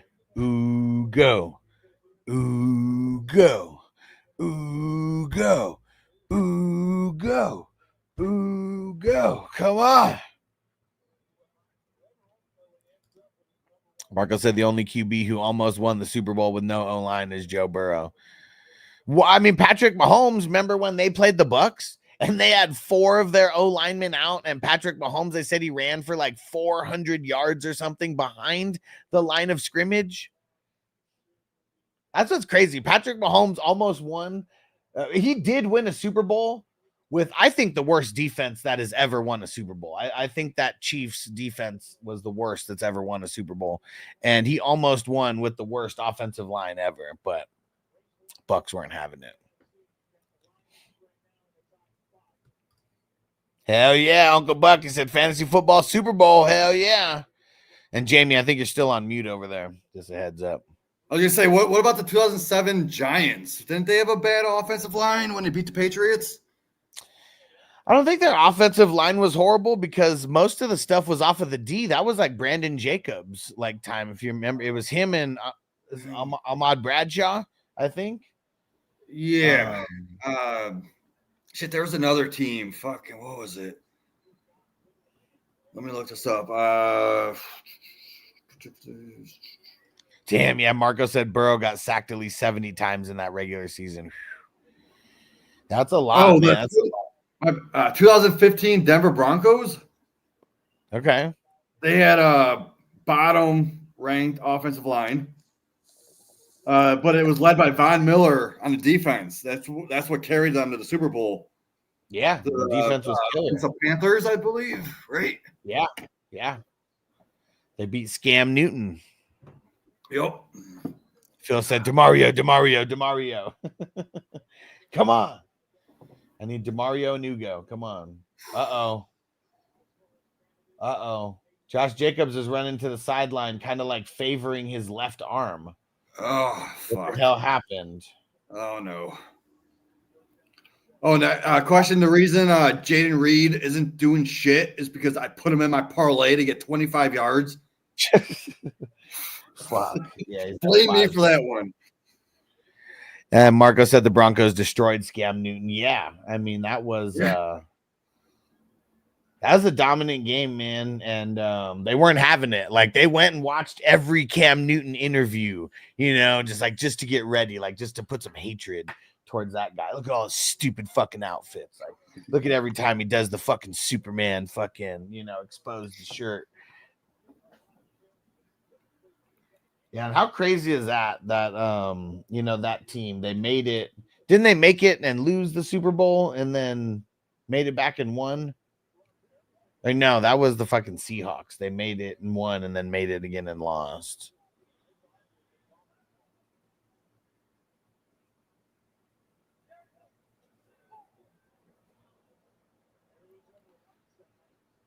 Ooh, man. Brooks. Is that Brooks or Davis? Who the fuck is that? Shit. Oh, it's DeMario Davis who got the tackle. There we go. Yeah, so every year for the Super Bowls, I always do like a smorgasbord of food based off of whatever city is playing, right? So I remember that Carolina Broncos game because I did like a barbecue for the Carolina barbecue. But I also got a box of Krispy Kreme because Krispy Kreme was originated in Carolina. Yeah. Cool. Come on, love.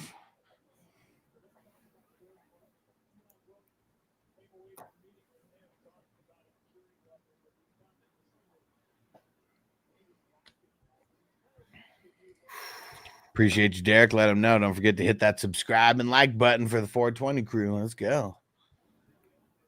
Pretty sure I already hit the like before I hopped on. Let me double check.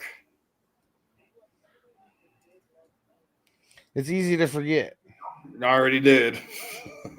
It is easy to forget.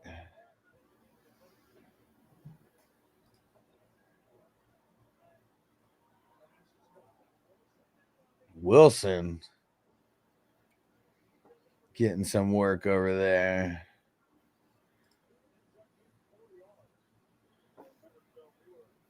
Hey, Antonio in the house.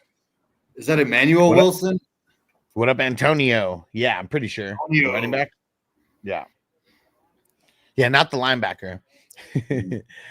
And Marcus said, I remember all my friends laughed at me when I said the Broncos will win. No way the Panthers have a way better offense. I love these I told you so moments. I mean, that year, I mean, dude, it's because Cam was dominating everybody, but I don't think he went up against. I mean, Denver was like it was like the best offense versus the best defense that year. Defense was championships. Yeah, for sure. I mean, that's why those teams the team that Mahomes had and they literally went down by 10 points every single game in the playoffs and in the Super Bowl. That has never happened before because when teams go down by 10, they usually don't come back. Unless you're the Patriots versus Atlanta. Well, I mean, yeah, but still, even that was just the one game that they did that. It didn't happen in, all 4 games. But that's just nuts. It was like Mahomes needed a challenge. He just spotted everyone 10 just to show that he could do it and set a record in his first Super Bowl. And you look at them now they've totally evolved to where like their defense is what's winning them games. Yeah. The offense is good enough, but it's like the defense is what fucking like you can't even run on these motherfuckers.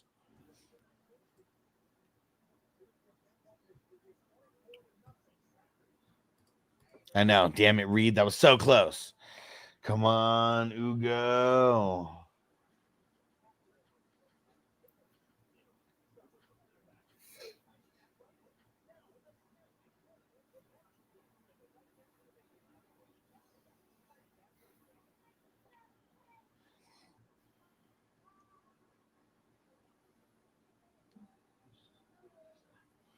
All right. Time to smoke more. Yeah. What's everyone smoking on out there? Throw in the chat. What are you smoking on? I only got 1 bowl left. I'm saving it for tomorrow night. There we go. I ain't smoking tonight. Save it up. I'll smoke for you. Thanks, and Marco said best offense versus best defense in the Super Bowl. Defense won 9 out of 10 times before. I mean, yeah.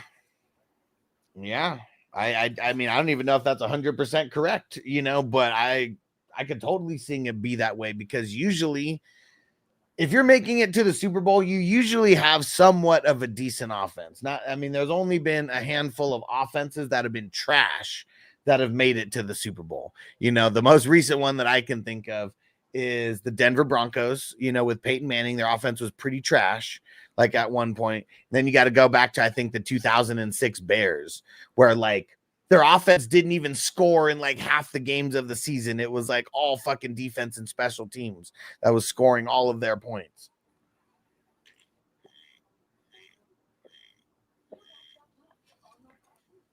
I don't remember how bad the what's it called?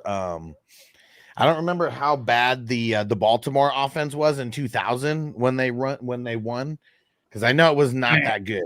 Dude, that was the Browns offense. That was the same exact team that they took from the Browns. Yeah. So technically the Browns won that. I don't even want to talk about it. And Marco, this is what I love about you Americans in sports. You got fucking statistics for fucking everything. See, that's funny. Marco just made up the fucking statistic. I'm like, because I said it almost sounds true. I wouldn't even doubt it. And Fantasy Dog said merch 420crew.com, bro. 420crew.com. No, 420crew merch.com. Sorry. really high. 420crewmerch.com.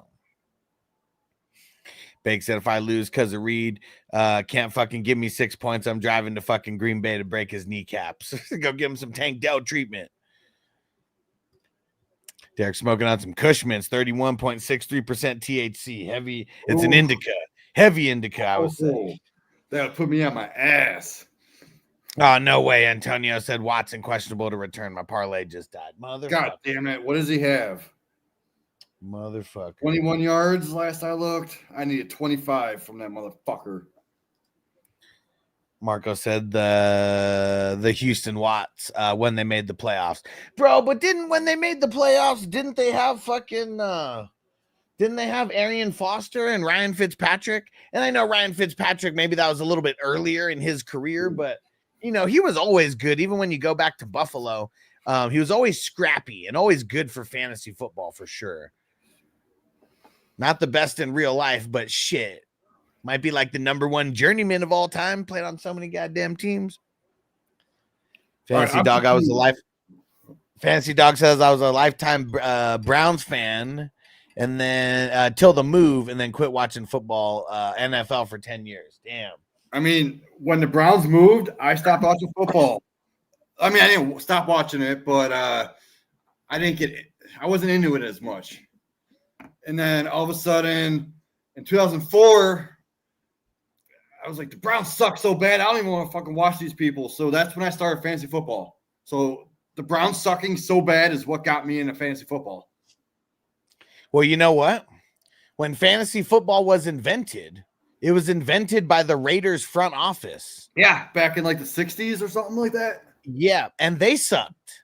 And that's why fantasy football was invented. They're like, why can't we play a game where we get to like pick good players? Like we don't where we could pick other players besides the Raiders and put them on our team. That's funny that's how it all started, even from fucking executives and owners of a fucking football team. And Marco said that stat wasn't made up. It was true, or at least true at the time. Okay, interesting. So I'm confused because right now Watson has 0 for 0. But I swear to God, he had a catch. Didn't he have a catch earlier where he hurt his ankle? No, wasn't that I think that was a rush. Oh, was it a rush? I think it was. Yeah, oh, yeah, you're right. That is a rush. He has 2 for 23 rushing. God damn it. I just lost my parlays. Fuck. Fantasy Dog, I love Fitz. He's the man. Antonio said Fitz magic. Hell yeah. Dude, Larry Fitzgerald, his sons just got recruited. To what school? Fuck, let me look that up. I just saw it the other day. If anyone knows in the chat, throw it in. But Larry Fitzgerald's son, he's going to be – I heard he's better than Larry. So Larry Fitzgerald, what do you think he has more of in his career? Tackles or dropped passes? Probably has more tackles. He does. Yeah, because I don't remember him dropping anything. Right. Devin Fitzgerald, that's his name. That's what's crazy, man. Larry Fitzgerald is so sure-handed. This motherfucker has more tackles than he does dropped passes in his 20-year career. And not 20 years, but however many years it was. Fantasy Dog said Huss is too funny. Marco said I'd love to try fantasy baseball. Fantasy baseball is a grind, bro. Dude. Okay, so if you ever do fantasy baseball, go over to the Fantasy Six Pack. Right now, Joe Bond, he's the number 1 ranker in the world for fantasy football, but they do tons of fantasy baseball content. I don't even play fantasy baseball. I listen to their shit, and they're smart about everything. Like I'll put bets on shit, and I'll hit on bets just from their content.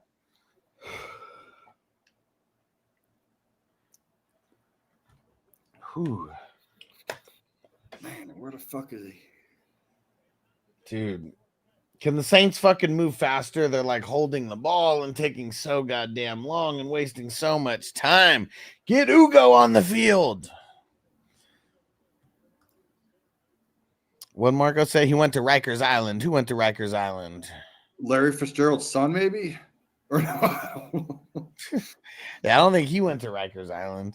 um, That's fine. Marco said I think Foster was on the IR or something like that. I'm gonna keep so Aaron Foster. I went to high school with him. He came to San Diego 11th grade, and 11th and 12th grade he was in San Diego. We were at the same school, and yeah, until he comes on the podcast and stops being a big timer, you know.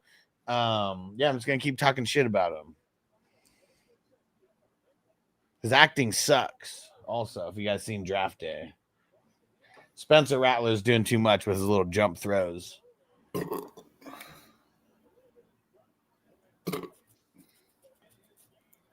Let's see it. Whoa, Spencer Rattler has over 100 yards passing until that INT. There we go. I know you guys are a play ahead of me, but I just saw the INT by Anderson. That's a big that helps no one on for IDP.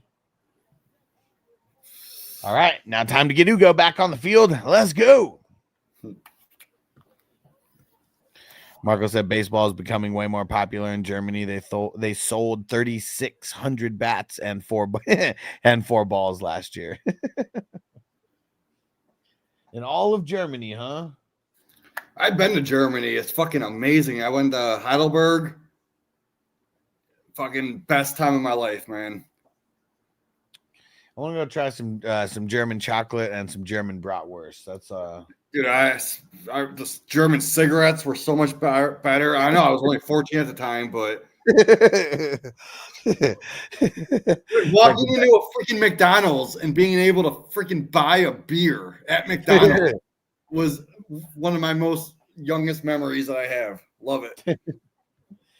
Oh man, super cool. And Fantasy Dog said, Jamie, I was wondering if you was my dude. And he said, yes, you rock. Hell yeah. Oh, fuck yeah, dude. Dynasty Dog, man. I've seen you on so many other channels too, dude. And Fantasy Dog said, LOL 14, right? Yeah, Jamie, you're fucking savage. All right. Man, this game fucking sucks for fantasy. It really does. Yeah, it does. It's becoming a big letdown. If things stay the way that they are, let me see. How many would I advance in? 1, 2, 3, 4, 5, 6, 7, 8, 9, 10. Things stay the way they are. I'm advancing in 13 out of 19 leagues. Oh, yeah. But if Ugo does better, I can advance in more. Just quit fucking around, Ugo.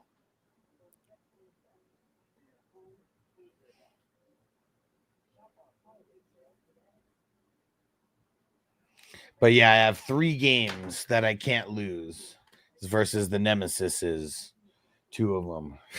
Can't lose to either of them. And Celtics, what up? He said last place paid to bench his team, which allowed his buddy to make the playoffs. The guy who benched his team would have won. The guy who paid the dude to bench his whole team made the finals, just got leaked now. I'm the commish. I didn't notice. I was out of the playoffs in that league. What would you do in that situation? It's a little bit tough.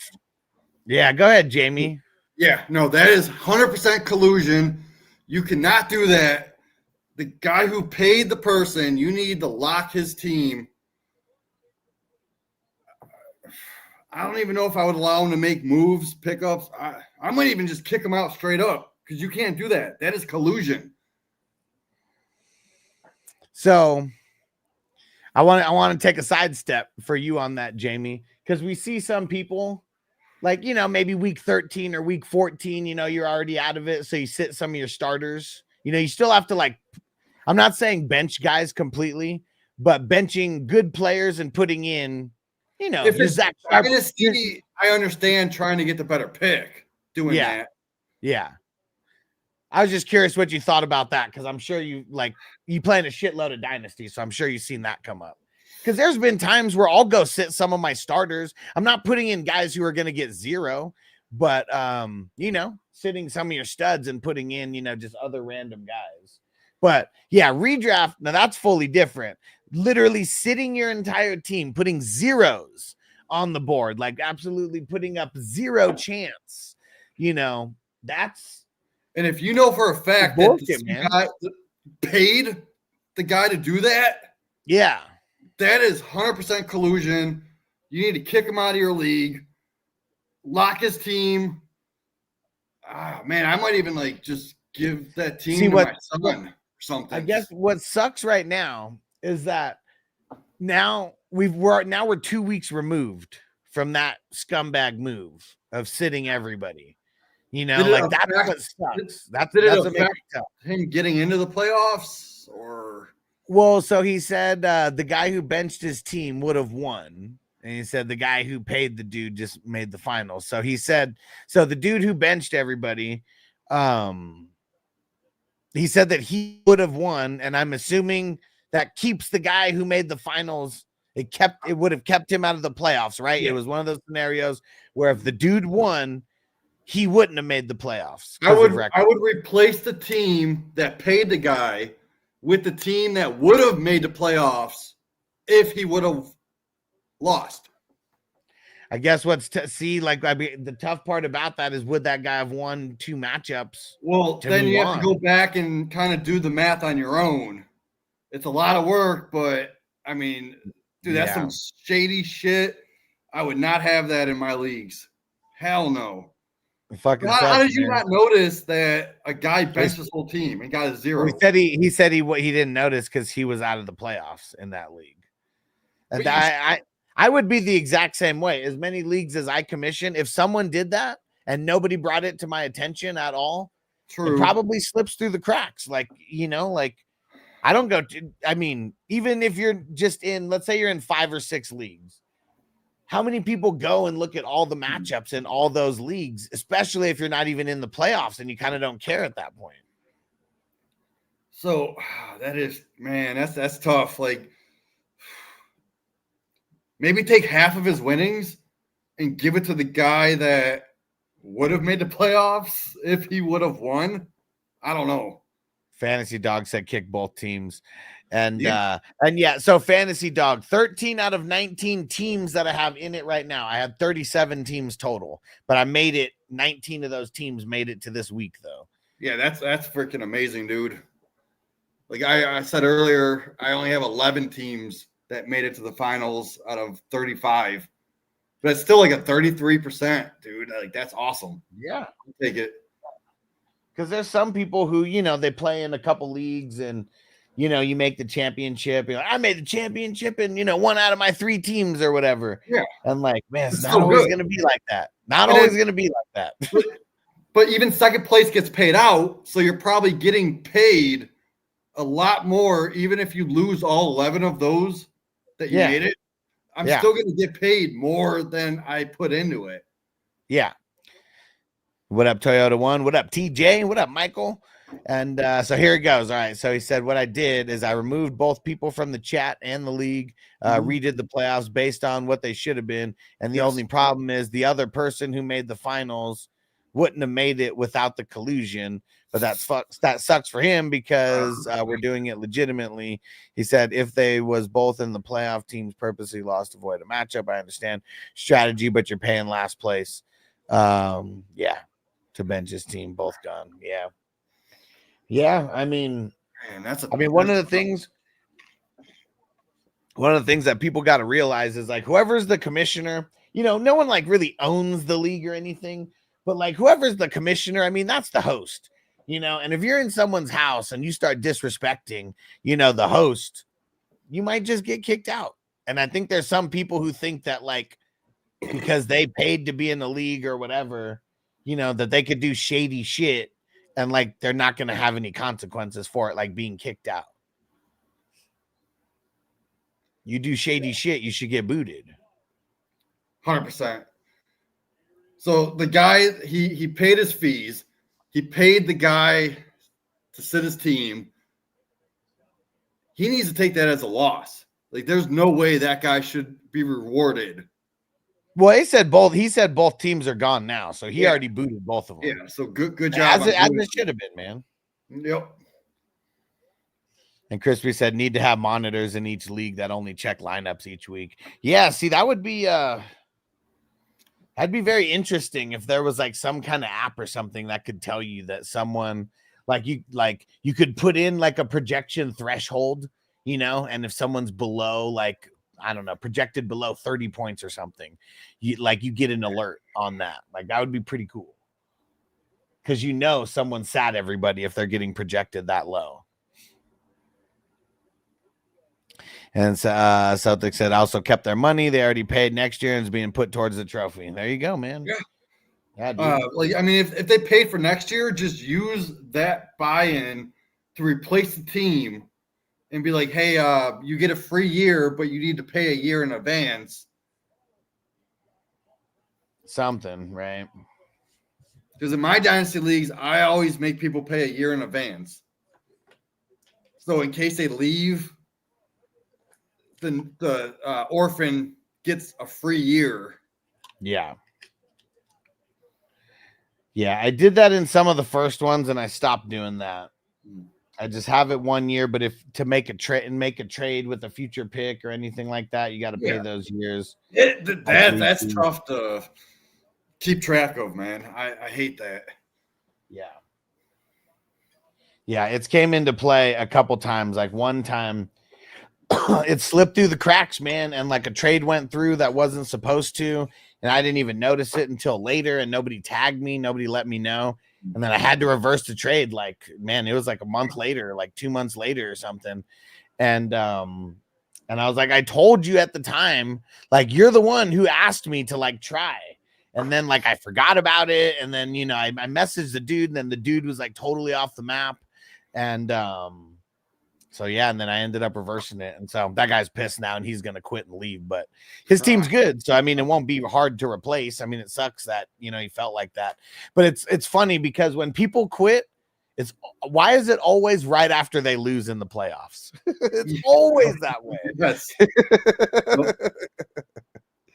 Always that way. And when he said that and he brought up the trade, and he was like, well, to be fair, you did bring that up to Alex a while ago. He's like, but to be fair, I did whoop your ass and just tell everybody that's why you're leaving, because you got your ass whooped in the playoffs. So I had a scenario. It was after week 9.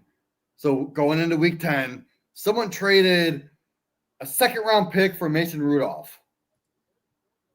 Uh-huh. And I looked at it, I'm like, that makes no sense. Like, why would you give a second-round pick? And I looked at the guy's second-round pick. He was the worst in the league, so that would have been the 201. I'm like, why are you trading for Mason Rudolph? And that's the week that, he started like 3 weeks before that. But he didn't start week 10, 11, 12, 13. He didn't start after that. Yeah. So I told the guy, I'm like, I'll keep this trade, but you need to pay for next year. And the guy's like, well, I don't know if I'm going to be in the league next year. I'm like, well, why are you trading for Mason Rudolph when you're the 201?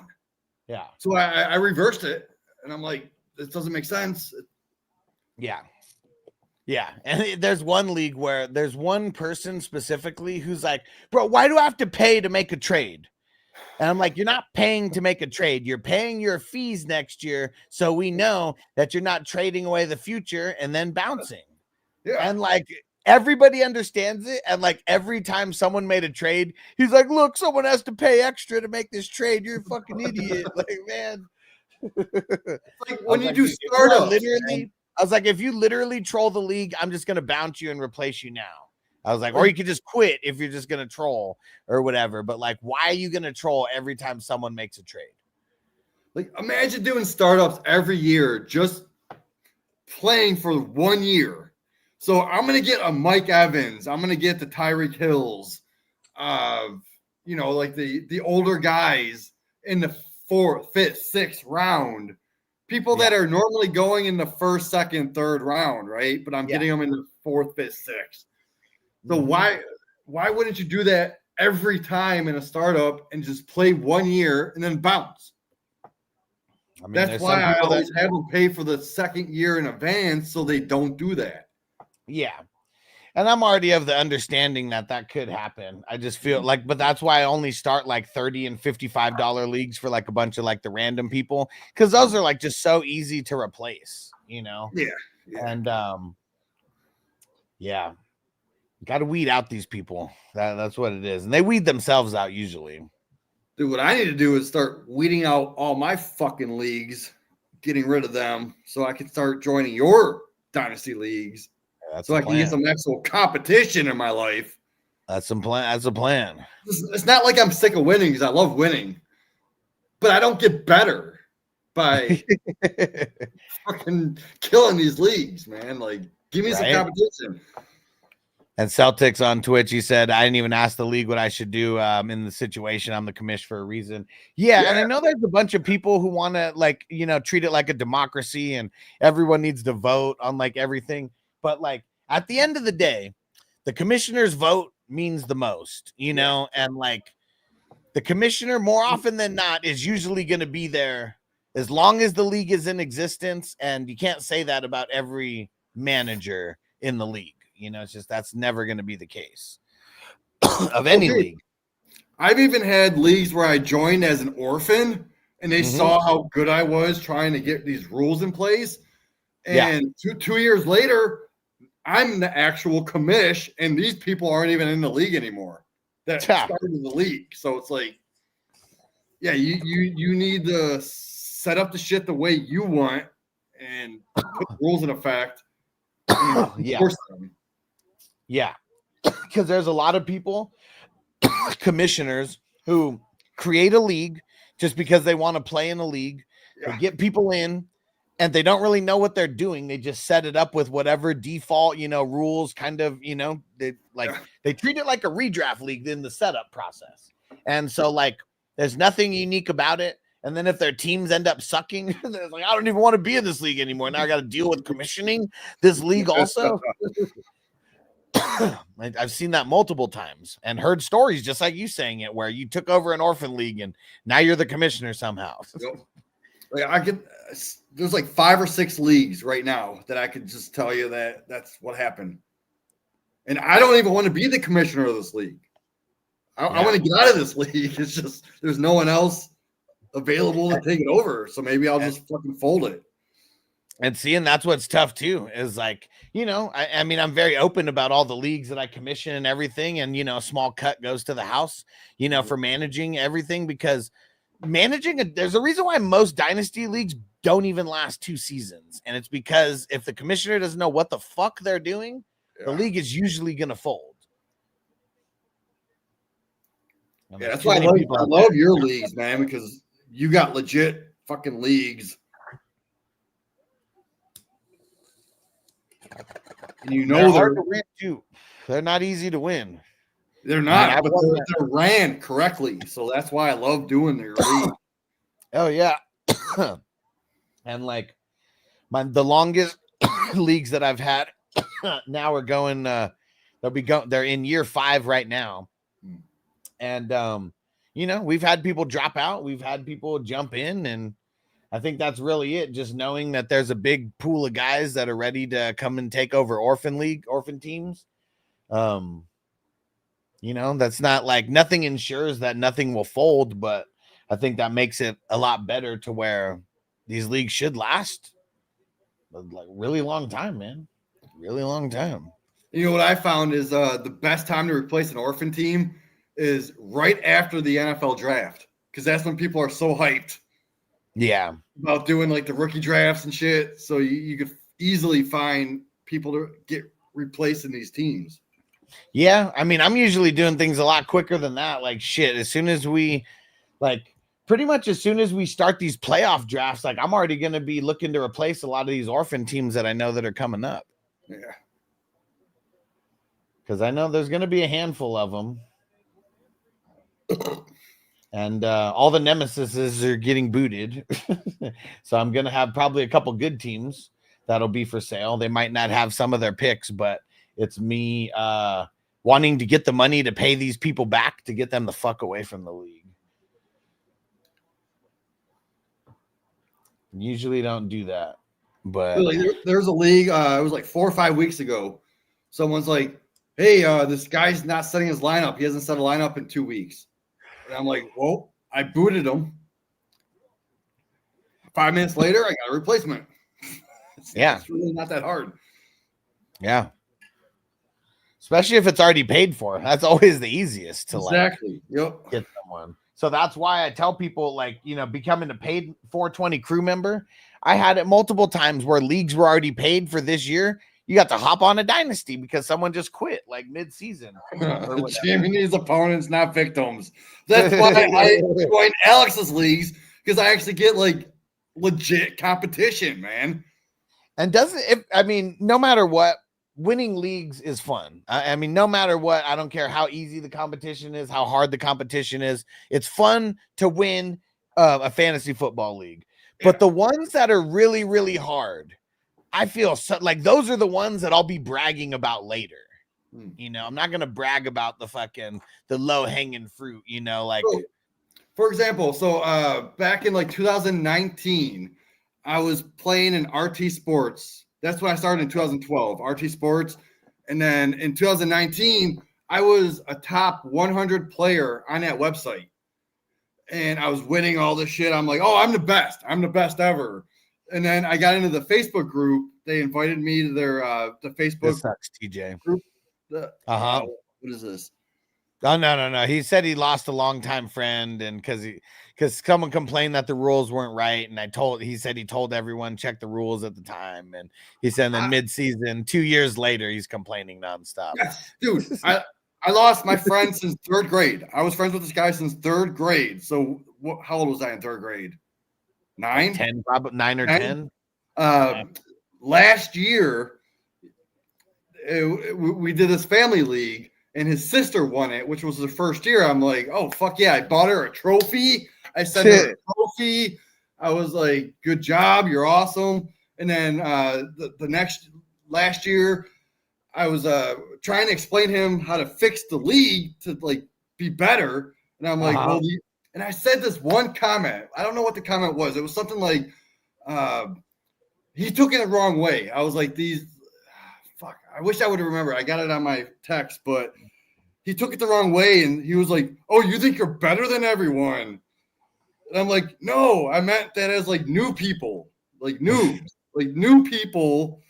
Like, and now I haven't talked to him in 2 years since that. Yeah. So I've lost my best friend just because I said maybe a wrong comment. Yeah. I didn't mean it maliciously. He said, so TJ said, I lost my cool, ended up dropping his whole team, had to fix the shit and boot him mid-season. He said, I still don't talk to that bitch. Yeah, I mean, what's crazy too is I've lost friends over $50 of fantasy football dues. Like, that's what's like crazy how some people, like, you know, there's a certain class of people out there, you know, who like fantasy football, you know, fees or dues or even losing in a fantasy football league. Like, man. Yeah, people are crazy. Fantasy dog, I've won 3 20-teamers and 2 16-teamers. And, you know, I'm not saying that if you won a 12-teamer in the exact same year that it wouldn't mean anything, because like I said, winning a championship is winning a championship. It's like my like a water boy. Like my daddy always told me, the only thing better than a crawfish dinner is 5 crawfish dinners. And hey, Reed with a big catch. Yes. I know I'm gonna play behind you guys, but I just saw it. And but I'm sure that if you were bragging about a league to someone that you won, and you won a 20-teamer and you won a 12-teamer, I'm sure that you'll be talking about that 20-teamer more, right? Fantasy dog, I just buy the trophies and medals too and plaques. Just saying, hell yeah, man. Yes, Jordan Love, 37-yard pass. So that might help my parlay.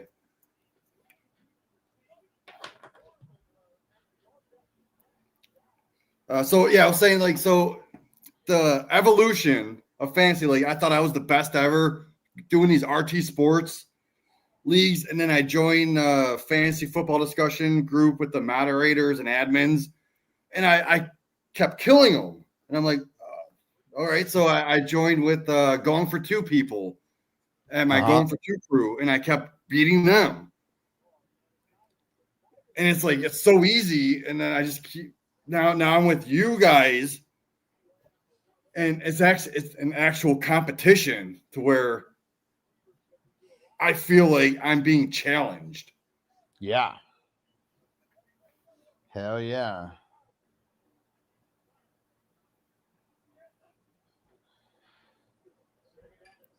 And fantasy football is already a challenge.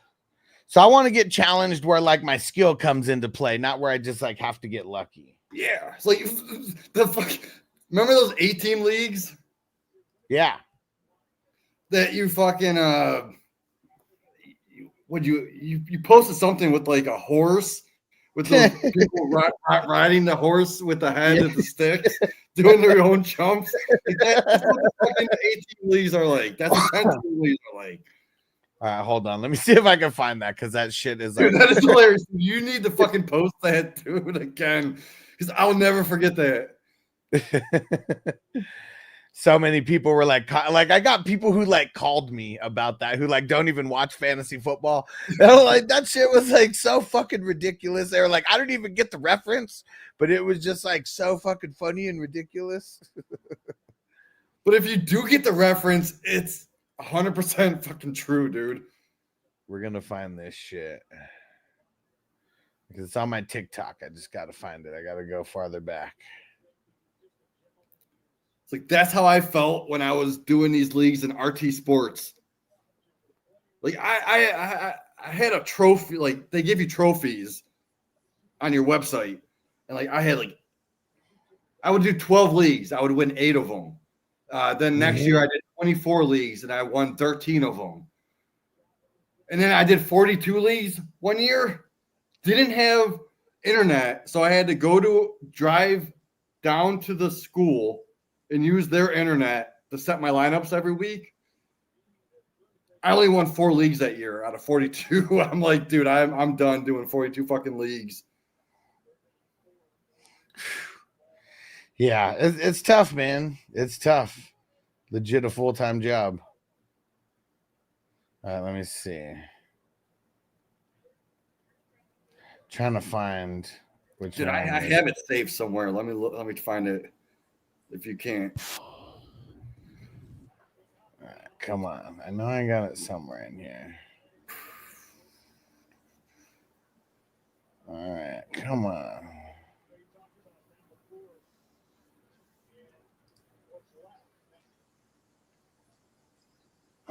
Where the fuck is it, man? Yeah, I used to have it pinned, but I fucking don't anymore.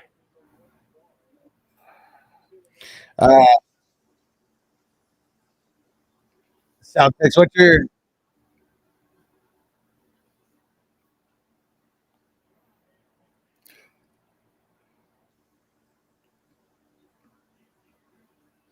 well, I can't fucking find it. I can't fucking find it. What do I search? Because what Kraft do? Let me see. See, I'm even in my because I know I sent it to you, and I said this was fucking hilarious. Oh wait! No, I do have it right here. No, it is still pinned. I'm an idiot. Hold on. All right, I got it. Here's what Jamie's referencing. This shit's super fun. All right, everyone, watch this. This is hilarious. This is what 8-team leagues are like. Yes.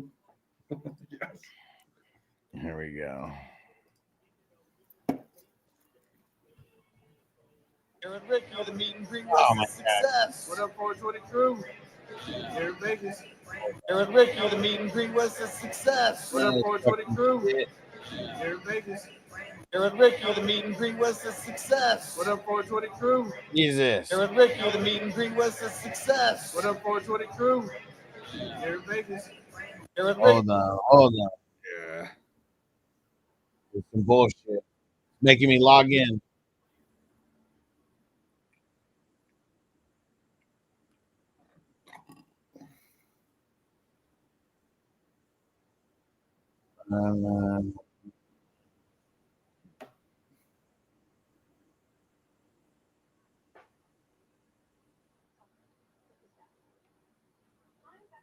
This fucking shit. All right.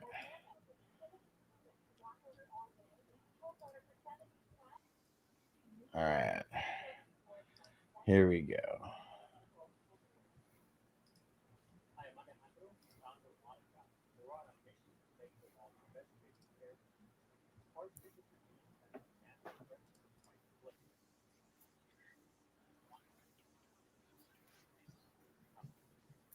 Yes.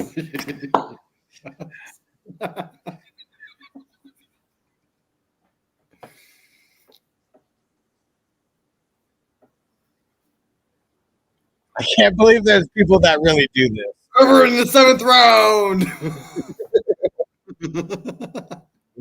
My team's so stacked.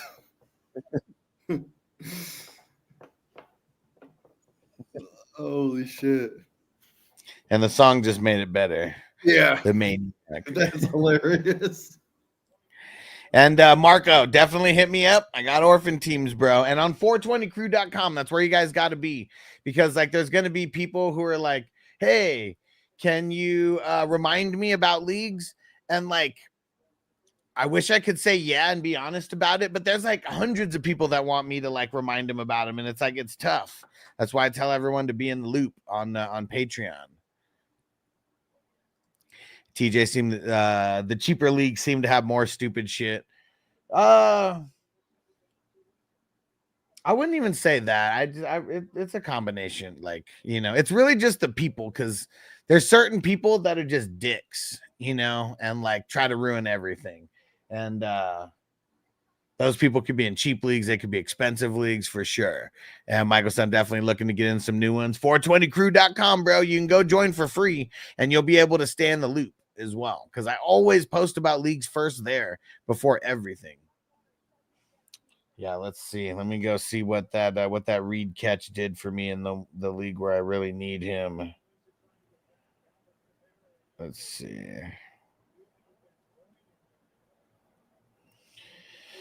I need 9 points. No. I need 13 points out of Reed and Ugo still. That's not going to happen. It's looking grim. Not at this point. Yeah. I mean, he did just get that long throw to Reed not that long ago. And then, Celtics, who's your favorite fantasy football player ever? Me personally in 2023, CeeDee Lamb. You know what? So it was, I'm going to say Patrick Mahomes from 2018. Like I had him on like so many leagues that year because nobody was really thinking of him as the starter yet. So even in Superflex, I was getting him in the double-digit rounds because people weren't on him yet. And I won 3 championships and he led me there. I got you beat. So in 2004, I had the 7th pick in my draft, and I took Muhsin Muhammad. Oh, shit. Steve Smith got hurt that year in like the first week or some shit. And Muhsin Muhammad was the number 1 receiver that year. He was like top 7 or 8 overall in points scored. He won me my league. I also had LaDainian Tomlinson with my 101. I took with my 2nd pick, I had Terrell Owens. And on my 3rd pick, I took McNabb for the stack. And that was their best year ever. Fuck, man, I can't remember who else I had that year. I had a Panthers running back. I can't remember who the Panthers running back was that year. Well, no, 2004 is probably pre-D'Angelo Williams, huh? Yeah, it was some. If I heard the name, I'd be like, yeah. If I saw it, it was someone crazy. He didn't help me that much, but I mean, it was still a part of my team. I think I had Tony Gonzalez in the 5th. He was the top. It was either Gates or Gonzalez. I can't remember. That was so long ago. But yeah, Muhsin Muhammad. That's my number 1 best ever fantasy pick ever. Hell yeah. While I'm here, I'm gonna go reminisce. So one of my best teams like one of the best championships that I ever won. I had the 101. It was 2012, and I picked Aaron Rodgers, and that was the year that he like fully went off. And like, because I 12 with the 101. Yeah. Arian Foster went number 2 that year. I see it, and Drew Brees went number 3. Drew Brees was always a killer. Where did Tom Brady go that year? At the late number 7, like 108, 109, right? Number 7 in this 7. one. Okay. So here goes the team that I drafted. So Aaron Rodgers, first overall. And then last pick in the second round, Julio Jones. He killed it that year. And then Brandon Marshall was my pick in the third round. And he killed it. Was that the Bears? Brandon Marshall? Yeah, I'm pretty sure it was the Bears, Brandon Marshall. Let me see. 2012. That's when I started winning. That's when I got really good. So yeah, I remember that year very, very well. Yeah, that was his first year on the Bears. Yeah. And he had over 1,500 yards and 10 touchdowns. He killed it. And then I picked Michael Turner with the 4th pick. I'm pretty sure that was the first year that he went. Michael Turner. That was a no, but this was the first year that he went to the Falcons. Falcons. Yeah. And I don't know if it was even the first year. Let me see. But still, that was a value pick. I remember that being a value pick. Let me see. No one was on Michael Turner because there was someone else. 2012, that was actually his last year, and in the NFL, he was with the Falcons that year, and he had 800 yards and 10 touchdowns. But there was someone else on the Falcons that year. I can't remember who it was. Fuck. And then in 2012, Antonio Brown was my 5th round pick. He was my 3rd wide receiver in a 3 wide receiver league. And then Willis McGahee, whatever. Patrick Willis in the 7th round. He's a beast. And then this was the pick that won it for me in a super flex. I already had Aaron Rodgers. I drafted Andrew Luck in the 9th round, and he killed it as a rookie. And then I remember this year I picked up Noshawn Moreno down the stretch, and I remember that being huge for the running backs. I remember him going into like the late first in Denver one year, and he did shit that year. I can't remember what year that was. Yeah, see, here's my championship roster in that league. Aaron Rodgers, who went for 49 points in that game, so like totally dominated the championship. Andrew Luck, Brandon Marshall, Julio Jones, Antonio Brown, Noshawn Moreno, who got 32 points in that game. Michael Turner, Heath Miller, James Jones. James Jones was like the waiver wire pickup of the year. He had like 8 games in a row with like a touchdown that year, something insane. So that year, I remember I showed up late to my draft, and on the way to my draft, I was listening to the radio, and the other Green Bay Packers receiver on the way, it said like he was out for the season or something. I forgot who it was. So I'm thinking in my head, oh, this dude's going to be a sleeper. So I actually got him super late. I remember when someone else picked the other Packers receiver like 2 rounds ahead. I laughed at him. I was like, I got you on this. I'm going to get James Jones or some shit. It was so crazy because I just looked right now. He led the league in touchdowns that year. And he was just there for the waiver wire somewhere in September. And I swooped him, and he was like my flex player all year. And I had like the best 4 wide receivers out there. Man. Yeah, I still this championship meant so much that the guy that I beat, we're still friends to this day. And I always bring this up to him because he had Peyton Manning, Tom Brady, Andre Johnson, Justin Blackman, who killed it, Doug Martin, Matt Forte, Tony Gonzalez, Amon Bradshaw. Like, man, I mean, wait, Justin Blackman killed it. Was that his rookie year? I don't know. He had 29 points though. I see in this one. I remember drafting Justin Blackman in a shitload of leagues, and then he didn't do crap the whole year. Right? Yeah, so that was the next big thing. That was his rookie year, and he had 865 yards and 5 touchdowns. And he probably did that late in the year. Probably, yeah. So I remember before I even knew anything about Dynasty, remember Alshon Jeffrey? Yeah. His rookie year, I was at a draft. We were doing a live draft at a bar, and I went my last pick. I went to the bathroom. I came back. They're like, "Oh, it's you're up," and I'm like, "Give me Alshon Jeffrey." He didn't do shit the whole fucking year, but then the very next year, he went off, and I'm like, yeah, thinking in my head, why can't I own this guy for like this year? Like, right. I hate keeper leagues. I've never wanted to have a keeper league because I always just think is like whoever's really good is always going to have the best guy. I just feel that. That's why I never wanted a keeper league. Yeah, I just remember like evaluating prospects, thinking like Jeffrey's the next big thing, but his rookie year didn't do fucking shit. Drafted him with my very last pick in the 17th round. Waste of a pick. They got bums in now. They do for Green Bay, but Ugo's still out there. If fucking Wicks wasn't an asshole and would have caught that, Ugo would have got the tackle. Because Ugo was on him. Yeah, we'll see. I mean, I'm looking good either way right now. I mean, if I only advance 13 teams, I think I'll be happy. That's still 13. If you advance 7 or 8 teams out of your 35, like that's still good. Yeah, because what's 13 out of 37? I mean, that's a little bit above 33.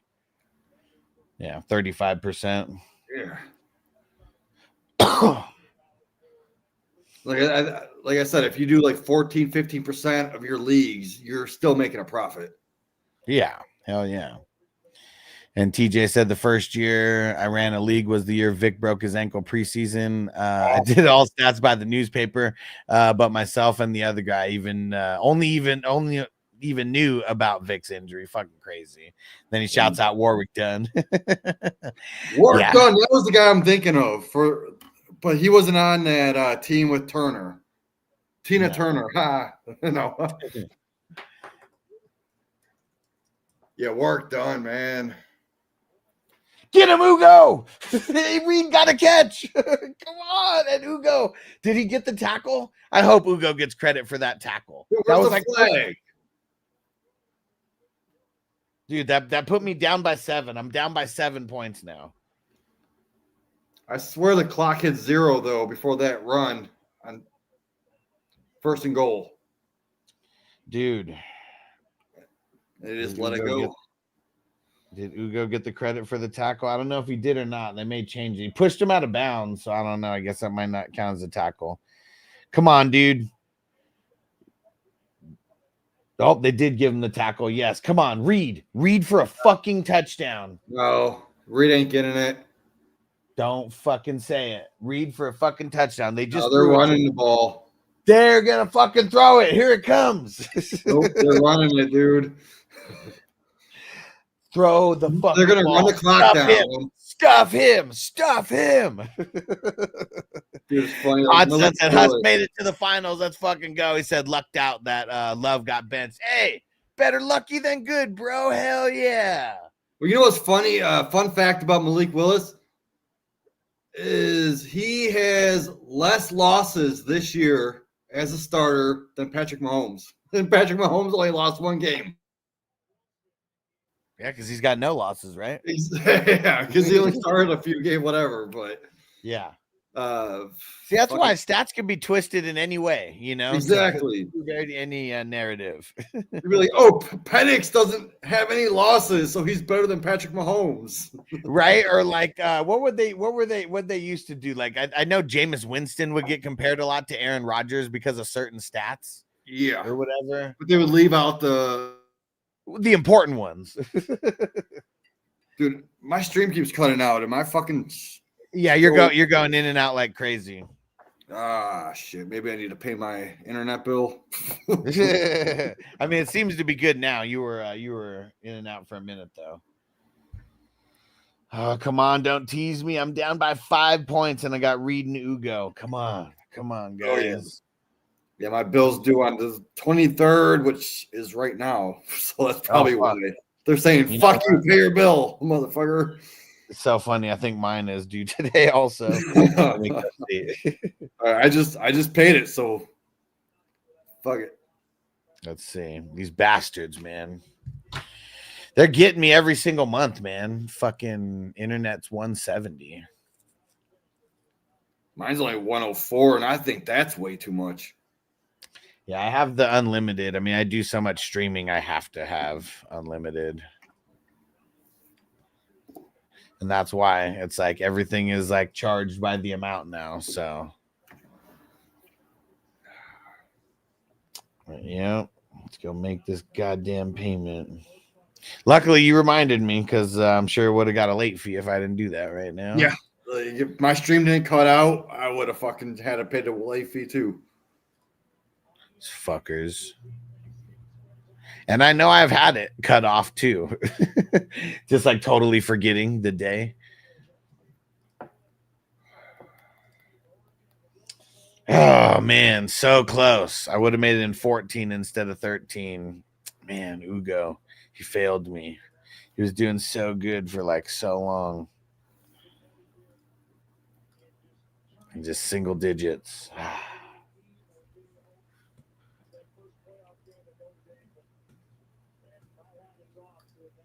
TJ said Tyreek has birthed more kids in his touchdowns this year. Yeah. I mean, shit, pretty soon Tyreek, pretty soon Tyreek to like, you know, to score more touchdowns than kids, he would have to break NFL records. He has more baby mamas than touchdowns. I just don't get it, you know, like I don't really like, you know, like, I mean, I don't think any guy really likes using condoms, you know, like, I mean, I think that's just like a fact for like everybody, but like, you know, there used to be this fancy birth control method called pulling out, you know, and like just, you don't know how to pull out like at all, at all. That's what I don't get. I'll never understand that. I mean, even the pull-out method ain't 100%, but come on. I've done it like over 1,000 times and never had a kid on a pull-out. And Crispy, I drafted Sid Luckman in my very first draft. You savage. Sid Luckman. Holy shit, that's a throwback. That sounds old as fuck. Man. Oh, man, this sucks. Gonna come up short. But 13, man, this might be the most championships I've ever been in a single year. Because I know, yeah, a couple years ago when I won 7, I believe I was in 10 of them total. Nice. And Toyota One just upgraded mine 2 months ago and got double the speed for $79 a month plus 2 years. It was a promo. Yeah, see, I get that's another reason also. Like, I hate the fucking contracts that they get you in because, like, unless it is a dope ass promo like that, it's like you're getting fucked on it. Yeah, I was paying $49.99 for a year for the promo, and now I'm locked into paying double that. See, like, what you got to do.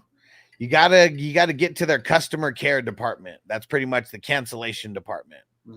And like, those are the people who, like, you know, you just talk real to them. You're like, I'm exploring these other options. I'm thinking about canceling, but I figure I'd give you guys the chance to save me.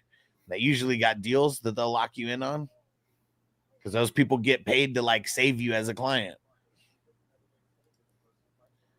Fantasy Dog, I got Connor, Kamara, Eckler, need one healthy, got an RB that nobody has, and best ball 50K finals. Bro, how many teams you got left in that one? That underdog one that you're in?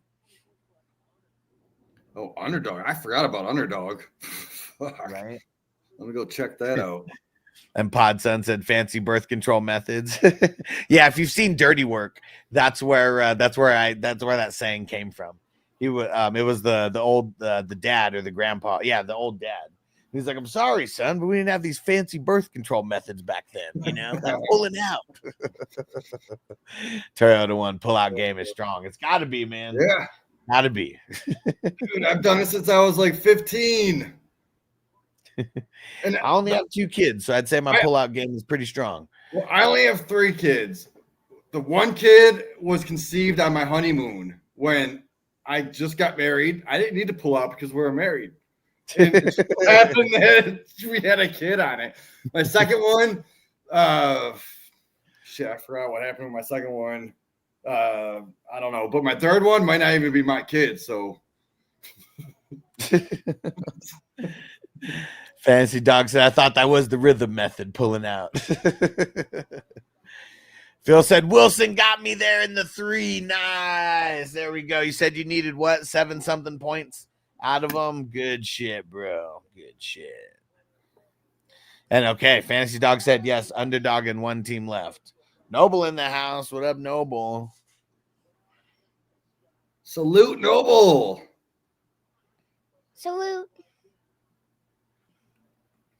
But TJ, I'm glad I got into your leagues. I won 2 dynasties 2 years ago and never got paid out. Oh, man.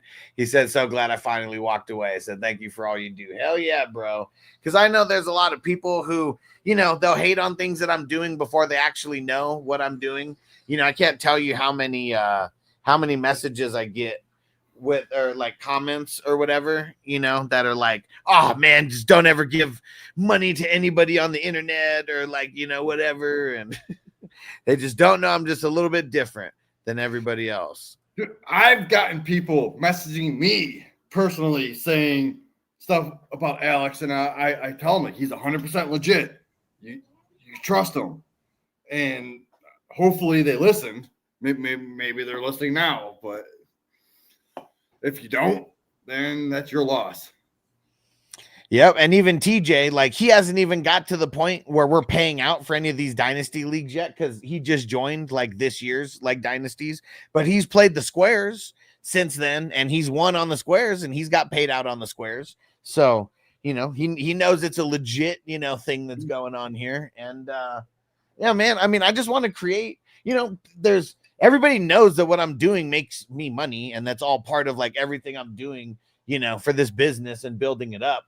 But I want people to have fun along the way. I want people to win money. I want people to win fantasy football money. Like, man, I mean, that's like the most fun part of the year is winning fantasy football money. Someone gets mad because like you're putting together thousands of freaking leagues and you're getting a little bit of a profit. It's not even probably worth your time, honestly.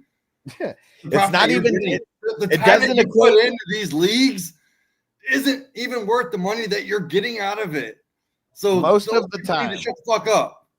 Most of these leagues, I get paid $6.66 per month for managing them. That's shit. Exactly. Like the time that you put into it, you're getting paid like 4 cents an hour, dude. Like I just said, it's $6.66 a month. I mean, that's not even $2 a week, that it equates to. And then people complain like, oh, this guy screwed me because I Venmoed my money to this guy and he kicked me out and stole my money. Well, dumbass, you should maybe get into the league with Alex, dude, instead of fucking over yourself. Yeah. Sorry. But yeah. It's like I see so many people on the internet getting screwed over every year. Dude, we knew someone who kind of infiltrated our crew a little bit, who like we found out this motherfucker was scamming people on League Safe. He would like create all of these leagues and he made it commissioner control, and like he pretty much just paid out himself on every single league. And I make all mine commissioner control as well. So do I. It's just so I could get through the process quick. Yeah, not people so trust me. Yeah, so. not because I'm going to do anything shady. It's because the other way, everyone has to vote. It takes fucking time. I need to reach out to people to vote. And like, that's fucking annoying. Yeah. No, like the leagues that I commissioner, I'm the same way. I have a total commissioner control. And there's people in the league that actually say like, dude, you could trust him. I don't like, he's not going to screw you over. I'm not going to screw someone over. Why would I screw someone over for like what? $150, $200, whatever it is. Yeah. And then tarnish my name. Hell no, I ain't gonna do that. Because like, so that dude that I'm telling you about, this motherfucker. So just on Sleeper, because I called him out like when I found all this shit out, and he like screwed me over on a couple bucks for some league fees. It's funny because he came back to get into the best ball and he paid me like 100 and something out of the 200 that he owed me. Just to get in the best ball. And it was because he got completely banned on League Safe for all the shady shit that he was doing. Enough complaints made it to League Safe to where his accounts got completely banned from there, to where he couldn't create a league on League Safe. He couldn't deposit money into League Safe, you know, like nothing. And yeah, man, like the shadiness, you're always going to get caught. Like it's always going to catch up. It's always going to catch up. Yeah, no, like, I don't want to tarnish my name, fucking up people. And you're the same way, dude. I like you run so much shit, have this brand built up. You're not gonna screw people over what, like a freaking $100 league? Hell no. Right? I mean, at the end of the day, I mean, there's thousands and thousands of dollars, you know, at stake, and like, no way I would have made it 4 or 5 years in if I just wasn't paying out people, you know. Like, I mean. Like that's even for the guys that I want to get rid of, even in the bylaws, you know, where it's, you know, you're never getting a refund. Only reason I'm even going to refund these people is just to get rid of a headache and get people the fuck away from me. Dude, so do you have anybody have Chat GPT on their phone? Fuck, I mean, everybody should have Chat GPT at this point, right? Type in like, who is Alex Moreno? Type in who is Jamie Perogue? And it's gonna tell you like the dude like provides fantasy football insight and does rankings and advice on various platforms and blah blah blah. Like it's a legit freaking person. Like if you type in who is Joe Blow trying to scam me out of money, like none of that's just gonna come up.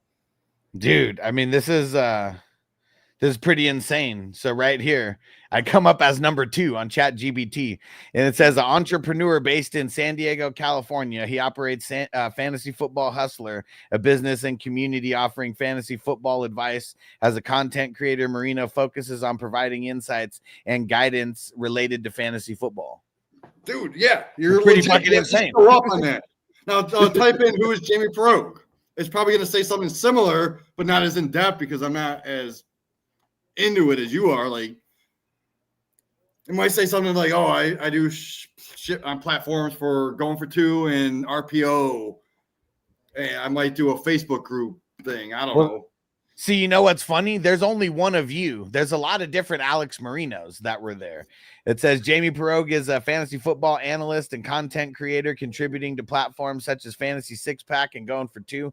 He regularly authors articles focusing on wide receiver and cornerback matchups, providing strategic insights for fantasy football enthusiasts. In addition to his written work, Perogue actively engages in the fantasy football community through various areas. He co-hosts live streams and podcasts offering start and sit advice, discussing weekly matchups. His participation in Going for Two live Sunday morning start and sit streams exemplifies his commitment to assisting the fantasy football players with lineup decisions. Holy shit. That's a lot of shit, dude. I had no idea.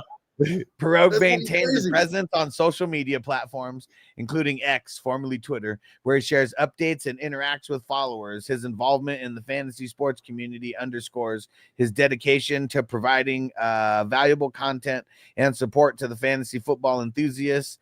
And it says, for a more in-depth understanding of his insight approach to fantasy football, you might find the following interview informative, and it looks like it's you on Spunky Spectrum Sports. What the fuck is Spunky Spectrum?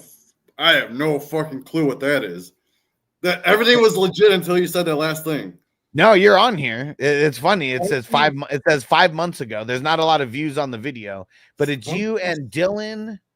Oh, dude, okay. So a dude from Going for Two was like, "Hey, come on with me and do a live draft." So I'm like, all right, I know this guy from Going for Two. I did a live draft with him. Don't watch that video. It was bad. But still, that's pretty fucking crazy that ChatGPT even found that and requested, or suggested watching a YouTube video. That's crazy. But no, don't go on that spunky shit. That was a one-off video that he begged me to come on and do a draft with him. Dude's kind of mentally challenged, but I didn't say anything. Dude, this is pretty. And so now, and I put in who's Alex Marino, the fantasy football hustler. And it's crazy. It gave me a whole fucking breakdown. Listen to this. So it said, I mean, has it fantasy football? Let me see.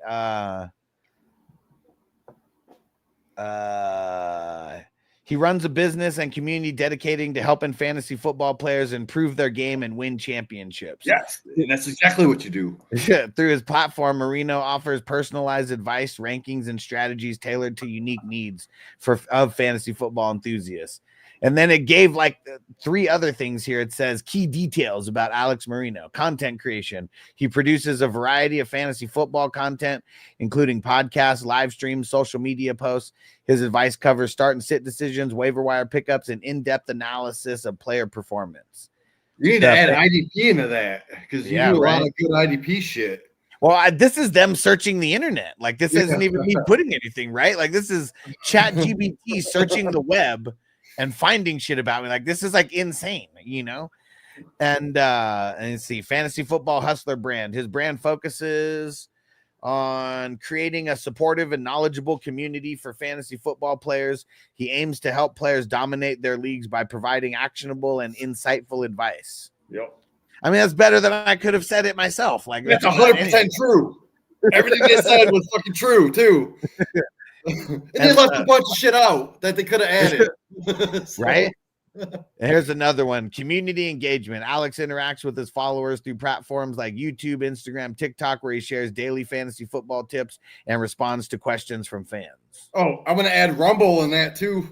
I know. Should be, right? That's pretty fucking interesting, though. I never would have even fucking searched that if you wouldn't have said that, Jamie. It's crazy. I was just thinking that on top of my head, like I'm just thinking, search my name up, Google me. Like I'm legit. Alex is legit. We ain't gonna fuck you over if you join one of our leagues, right? That's what I'm just gonna start saying now. Just search me on ChatGPT, bro. Yeah. Who's Alex Marino, the fantasy football hustler? It's like Google me, search me on ChatGPT. That's pretty. That's pretty dope though, because I could literally do that, and just ChatGPT will solidify me now to these random fucks that don't know. I remember seeing. That's pretty cool. People, it was like not even a year ago, there was this whole argument with messages or something in a Facebook group. Someone was arguing about LLC or some shit. I'm like, what the fuck are you talking about, dude? This dude's legit. And I even messaged the dude personally saying, like, Alex is legit. Like, do you remember what I'm talking about? Like, I could go down the list of some haters. There's a few. I mean, every single season, like there's a couple new haters that get added to the list of haters. That could have been the dude who was hanging with JC Money, because there was one guy who he started hanging with, Coach Craig or whatever, and like, man, Craig HT or so, Craig H something shit. That was it. No reason. He started hating on me before me and JC Money even had our little fallout or whatever. I don't know JC Money, but I remember seeing that fucking. I know you know who he is because he hangs with Iggy. They do a show together. JC Penny is what we normally call him. Bots on your man has appreciate you. And Fantasy Dog said, "Wow, wide receiver cornerback matchups. Where you been all my life?" And Jamie, so next season, are you down to like convert your wide receiver article into a short little, segment that we'll do during the show, or maybe we'll get you on during the show for like one day a week and for your breakdown? Here's the thing. So I do it on Thursday nights because I work until like 8:30. And then the game starts at 8. So like I'm already behind. I come home from work. I have to sit down. I have to do my fucking article. And it's a pain in the fucking ass because I got to do all this research. Then I got to write it out. And then I got to make sure it's all correctly written. Yeah. I hate it, man. I don't know if I want to keep doing it, but it's something we could do. Like, I mean, if you read my article, it's like a fucking robot. Yeah. honestly. But it's got some good information. Like last week, every single person that I put in my good matchups went off. Yeah. Every person I put in my bad matchups didn't do good, except for Collins, because Nico had 4 for 17, but he had 2 touchdowns. So that kind of, but it's really all about the digestible information. Cause like, I don't know, like we could write the articles with like the key to life and, you know, the key to becoming millionaires and billionaires. And like, I feel like anything like that, and only certain people are going to read it, you know, and that kind of sucks. I get about 1,200 views a week. Nice. On my articles. I don't know if that's good or not, honestly. Well, you never really know how those views end up working, you know, because now with, you know, you never know how many people out of those people read it or like whatever. I wish there was a way to get more feedback from like, because, you know, views and clicks, I mean, shit, like you never, you know. So this week I wrote about Devontae Adams going up against Quentin Lake. I'm like, you know, I gave the breakdown. Adams joined halfway through the season, blah, blah, blah. He has 13.3 yards per catch. He has 5 touchdowns since he joined the Jets. He's also averaging 10 targets a game since he's been with the Jets, but whatever. But then I break it down. Quentin Lake, he's consistently is doing awesome for the Rams. And like I break down his tackles, his assisted tackles, his combined. So like Quentin Lake is a good play in a like a CB, but he also is more excels in the run support. So I break that down. And it's like he's vulnerable against the elite wide receiver. Peace out, Derek. And like he lacks the coverage skills to go against Adams. So like that's what I put together in my head, and I try to put it on paper. And then what did Adams do this week? Adams went off, right? I think he had a touchdown. Yeah. I don't remember exactly what he had. Yeah. But he was definitely a good start in my top 12. And then I say he is a must start as a wide receiver 1 in all formats. Yeah. Ship of fools said the 3 pizza live, despite the Hurts injury and the Arizona Junior bus, said, here we are, championship game. Thanks, team. Hell yeah. TJ made it into 4-6. There we go. Yeah, I advanced 13 out of my 19 teams that were still alive. So 13 out of 37, I got to the championship. Fuck yeah, dude. Those are great odds. I like those. Look at this. Phil said going to be a big game in the number 3 420 crew, because that's one of the ones I advanced in. Woo. There we go. Me versus Phil in the championship. Let's see. How much did Phil put up this week? Phil put up 340. Ooh, barely squeaked it out. I put up 380. Holy shit. Let's go to war. Let's go to war, Phil. Godspeed, bro. Good luck in advance. And Zeb said, damn Saints suck. He said, never had a chance. No Carr, no Kamara, no Olave. Fuck the back. Yeah, it was pretty trash, bro. Yeah. Shout out to Zeb. And TJ said, where do I find this wide receiver cornerback article? Fantasy 6-pack. Just type in Fantasy 6 SIX pack. Joe Bond, he's the number 1 ranker right now on Fantasy Pros. He's the guy that runs it. And I just do my article. There's also a goal line guide that my colleague does at Going for Two. And the goal line guide shows like running backs and quarterbacks inside the 5-yard line.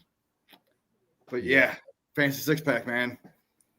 And Lucia said, bro, I had just had on 3 of my league champions this week and one last week, past week to read. And he said, you rock, bro. Best fantasy channel out there. Brought in the title, bro. Let's get it. And I'm going to say, anybody who wants to give back, the way you can give back is just by go joining the crew at 420crew.com. Go join as a paid member. You could pay, you could do annual, you could pay where you don't pay monthly, you save a couple bucks doing it that way as well. But yeah, 420crew.com. Go join the crew. We got leagues that are going to start drafting in 2 weeks. You don't want to miss out. So fun. Look at Crispy. 8 chips waiting to make sure the stat correction doesn't fuck me on the 9th. Okay, there we go, bro. There we go. Good shit, Crispy. 8 is a lot.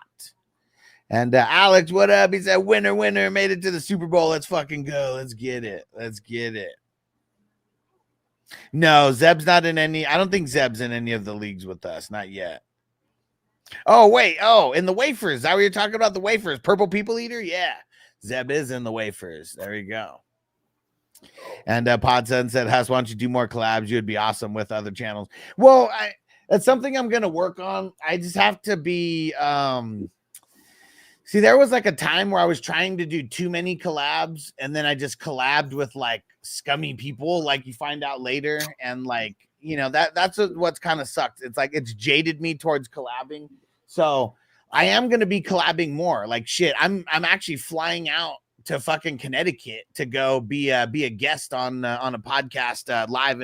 Well, it's not gonna be live, but like in person. I'm gonna be in their studio, and the dude has over 300,000 followers. It's like an interview channel. They interview a lot of times they're interviewing people that have been to jail. So I'm gonna get to share some of my county jail stories, but I get to share a lot of my weed stories as well. So it's gonna be like super fun. So with the collaboration thing, having people come on your channel because your channel fucking rocks is a lot more beneficial to other people than you going on other people's channels. But like, you can still go on other people's channels. Like, I would love to have you on RPO Network. Yeah, well, see, and I want to go on other people's channel. I would rather go on other people's channels versus me bring people on. You know, I mean, Jamie, you've been around here for a minute, so I already, you're a little bit different, but you know, I would rather go on other people's channels because I want other people's audiences to see me, know that I'm a weed guy. You know, that's another one because I mean, shit, Derek is here because of a collab that I did with someone else. I can't even remember the catch. And I was like smoking weed while we were doing this draft, and Derek's like, "What? Weed in fantasy football? I'd never seen that." That's why I am here, because like as soon as I seen you, do you remember that? I'm like, holy shit, like you guys are my type of people. And then I don't know if you remember the Bum Boys, but I was like, you should come on the Bum Boys because that's what I was at the time. But then I found out like they're fucking fuck them. And then you're like, yeah, fuck those people. And I'm like, hell yeah, fuck those people. I'd rather be here. Hell yeah, man. And there we go. Fantasy Dogs, I'm token right now. I said, I agree. Best fantasy channel. I appreciate you guys. Fantasy Dog. I'm pretty sure I met you on like another channel. I can't remember what it was. It might have been like Player Profile or something. And didn't I tell you to come on to check this channel out? I hope so. I can't remember, dude. I want to remember that I knew you before I came on here and then brought you over here for some reason. And, word of mouth is the best. I mean, even one of our homies, Johnny, like he was talking to Derek in Smitty's chat or something, and he told him about the channel, and he came over. I mean, Crispy, he came over here from a collab that I was doing with, I can't even remember. It was a Cowboys channel, and I was like helping in the Discord, and it was our man Stu who was over there, and like it was the weed and fantasy football, and like Crispy's been like, here ever since, hanging with the crew. And like, that's the connection I feel that like, it's lacking. Like one day there's going to be a bunch of fake fucking weed fantasy football YouTubers, guys who make it seem like they've been smoking forever because it's the cool thing to do. And now it's legal and everything. I'm trying to get that whole crop before a bunch of those guys start showing up. Cause those have been my two biggest passions in life, are weed and fantasy football. And what Phil said, I need to get in that league. Been playing on QB pretty much all year. I've been hella lucky in that one. Which one are you talking about? Oh, in the number 3? Is that what you're talking about? Zeb said, bring back Ricky. Yeah, we're working on it. So they got a new product that they dropped. I think it's called the Hit Stick. And it's pretty much going to like replace like smaller joints. It's like, it's their sidestep to like actually having like, smoking a joint with raw paper or whatever. Because they said a lot of the complaints that they hear are a lot from ladies about making their hands smell like weed and shit. So this is like a sidestep for them. Instead of doing like a line of joints, they have this Hit Stick, and I think they said it's like a 0.3 or 0.4. So, like nice little dog walking joint type size. Who would win? Ditka versus the Packers. Of course Ditka would. Zeb said Vikings went out. They're going to be number 1 in the NFC. Said Pack and the Lions last 2 games. Oh, shit. Yeah, because, like, no matter what, one of them is going to lose, right? Fantasy Dog said Jamie's way cool. Hell yeah. Fuck yeah. Ooh, look at this. Zeb said I won 157.8 to 156.5 thanks to the Packers D. Ooh. I love that. Very close. Very close victory. And Fantasy Dog said, I can't smoke with y'all. He said, I'm going to be stupid to begin with. He said, baby bird hits. Well, hey, this isn't me. Like, see, the difference between me and some of these weed tubers, that you see is, man, I mean, outside of the times that I was in jail for 4 to 6 months, 2 different times. And then a time that I was on house arrest and, one other time in my life, like, I'm just always been smoking like this. Like, I remember when I was like 19 and 20 and I was the 420 hustler, like, man, I was probably smoking like 20 or 30 blunts a day. It's not all me to my face. It's people,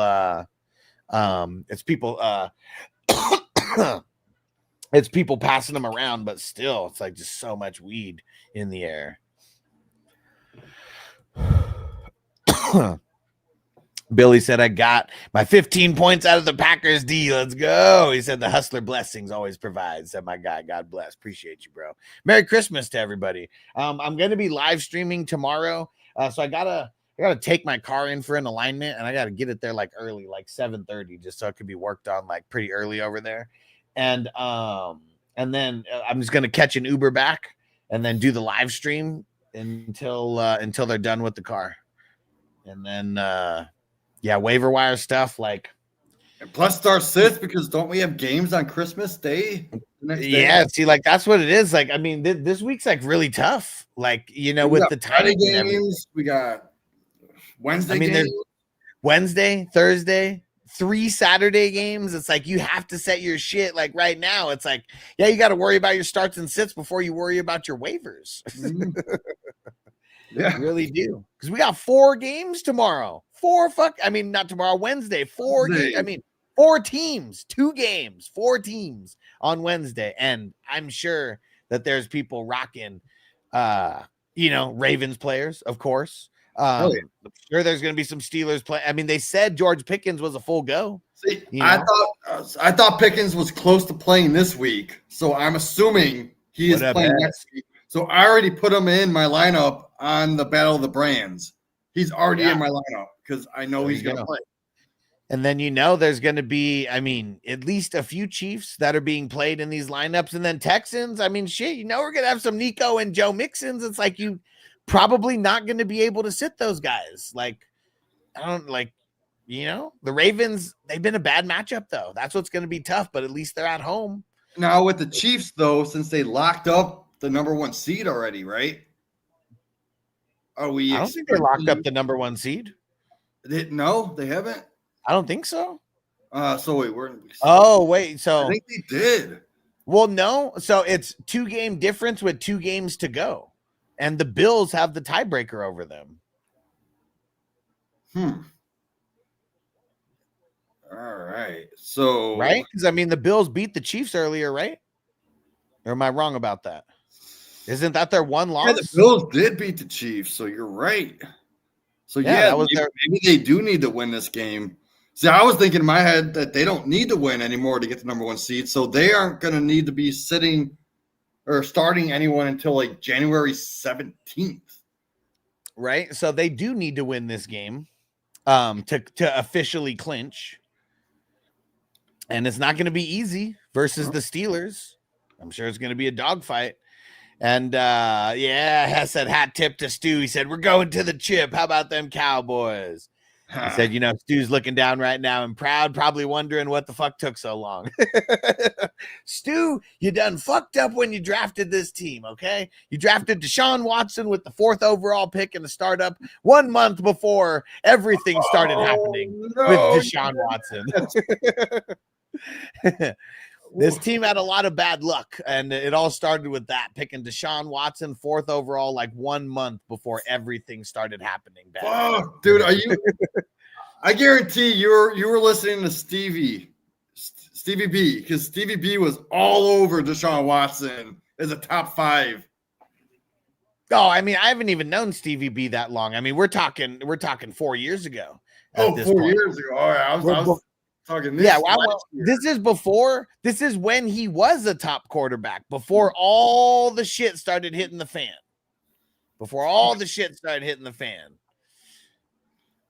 It's fucking crazy. But yeah, and me and Hess, we made a blockbuster trade, like over there too.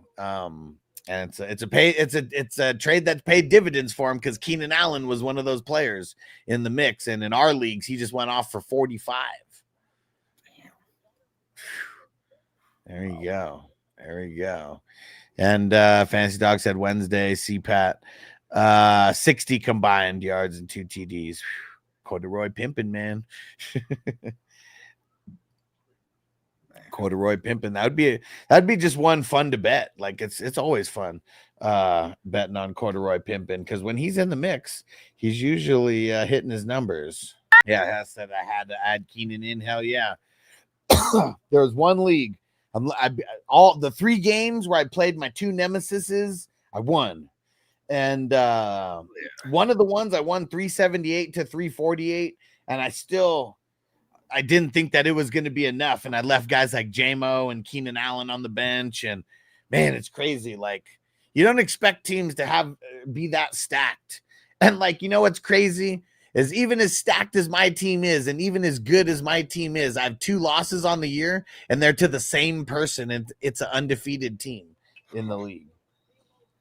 Let me go see if they won. They've been winning this entire season. No fucking way. The undefeated team lost.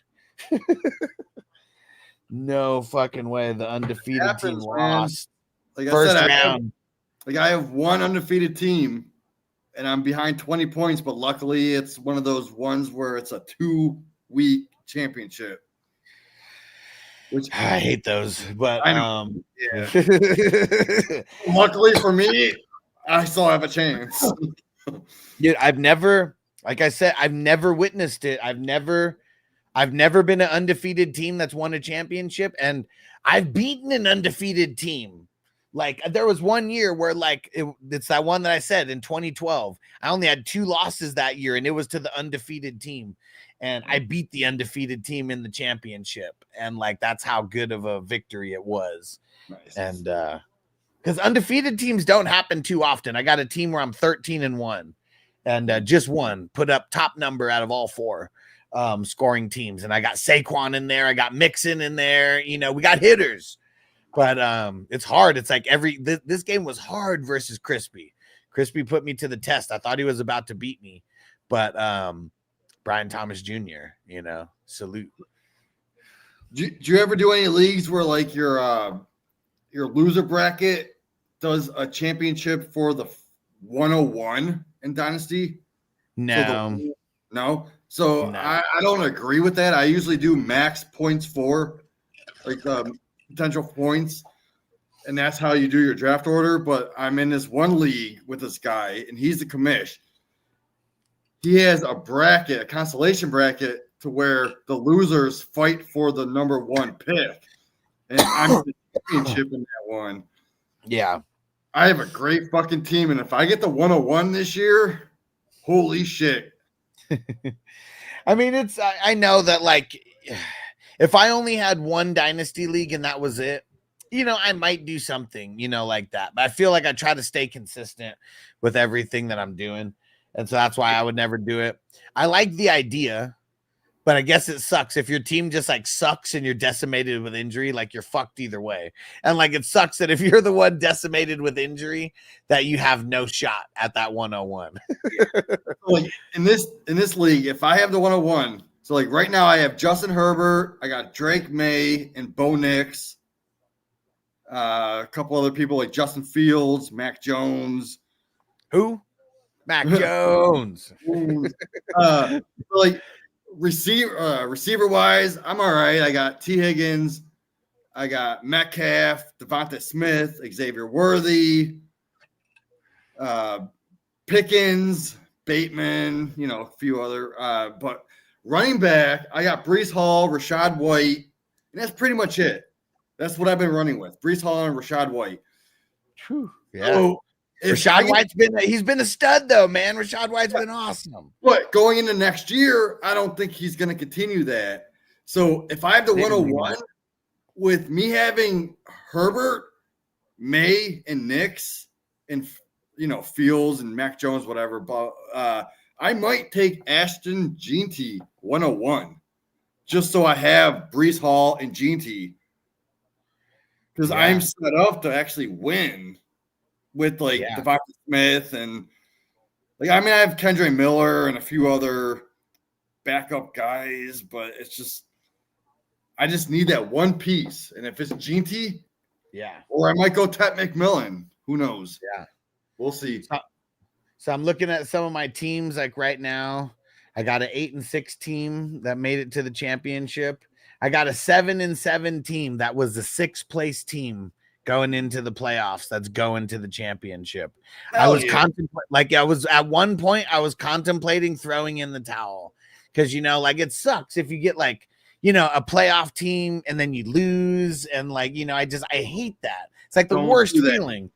And and I didn't. And this is anything's possible. And my team threw up 385 today. The team against me threw up 360. And I'm pretty sure that 360 team was the number 1 seed coming off of a bye. And it was, And the number 2 seed, they threw up 362. I could have played the number 1 or the 2 seed. And I would have played spoiler. Against them, and you never know what's going to happen. That's why, if you got a shot to go for it, you just take those shots because you never know. You might be in the championship. And no matter what, I've already won more money than the buy-in in this one. That's for sure, because 2nd place is higher than the buy-in. So, are in the money no matter what. Tough battle. Going off that, last year I had a 6-8 team, right? And I just made it to the 6th seed to where I made it to the championship bracket. I was starting people like Justice Hill and Pierre Strong at running back. I'm looking at it right now. Jonathan Taylor was out, but I ended up winning because my receivers are so good. And I won a championship last year. Jonathan Taylor, Justice Hill, Sutton, Mike Evans, Njoku, Baker Mayfield, Goff. I won the championship, so I made my money that year. This year, I am the 103.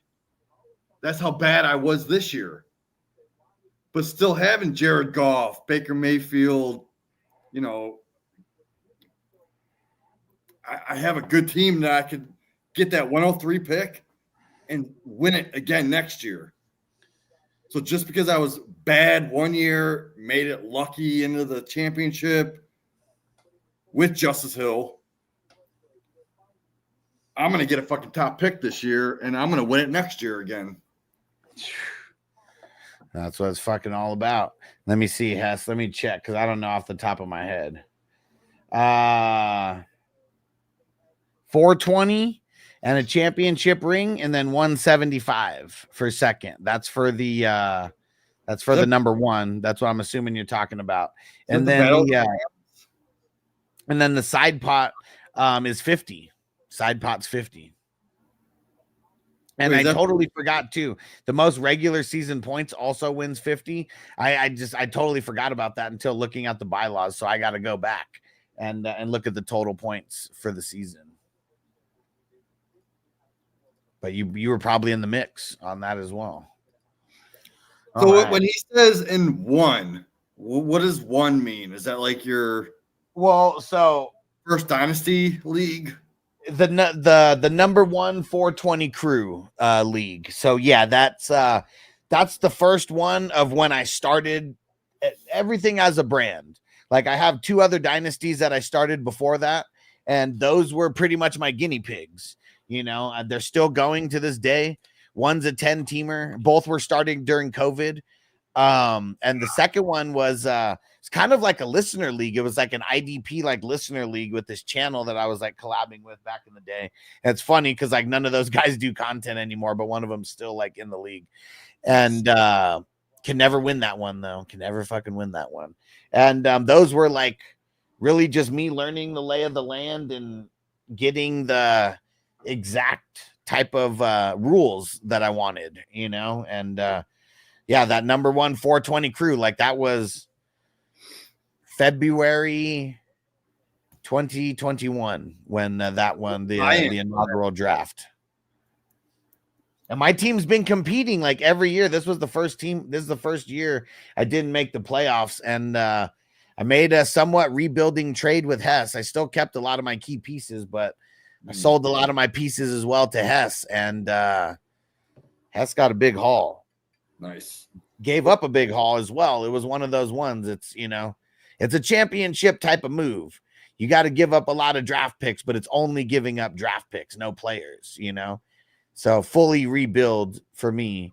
Let's go see what that trade was. I actually don't mind giving up draft picks for players because you don't know what those draft picks are going to be. Yeah. It could be a Keon Coleman type player. Yeah. It could be a Quentin Johnston type player. Yeah. So it's like I'd rather have a player that is legitimately gonna score me points rather than the unknown. And this is like more of like a me rebuilding because a lot of, you know, there's a lot of older players. I mean, every single player in here is a veteran player, but every single one of these players in here is could, you know, help him right now. So how about start off with the IDP stud Van Ginkel, who just threw up 26 points in this week's stud. Travis Kelce and Joe Mixon. I mean, you know, they're still going to do their thing. It's not like they're going to die this year. And then Keenan Allen, DeAndre Hopkins, and Amari Cooper. And so 1, 2, 3, 4, 5, 6 players total.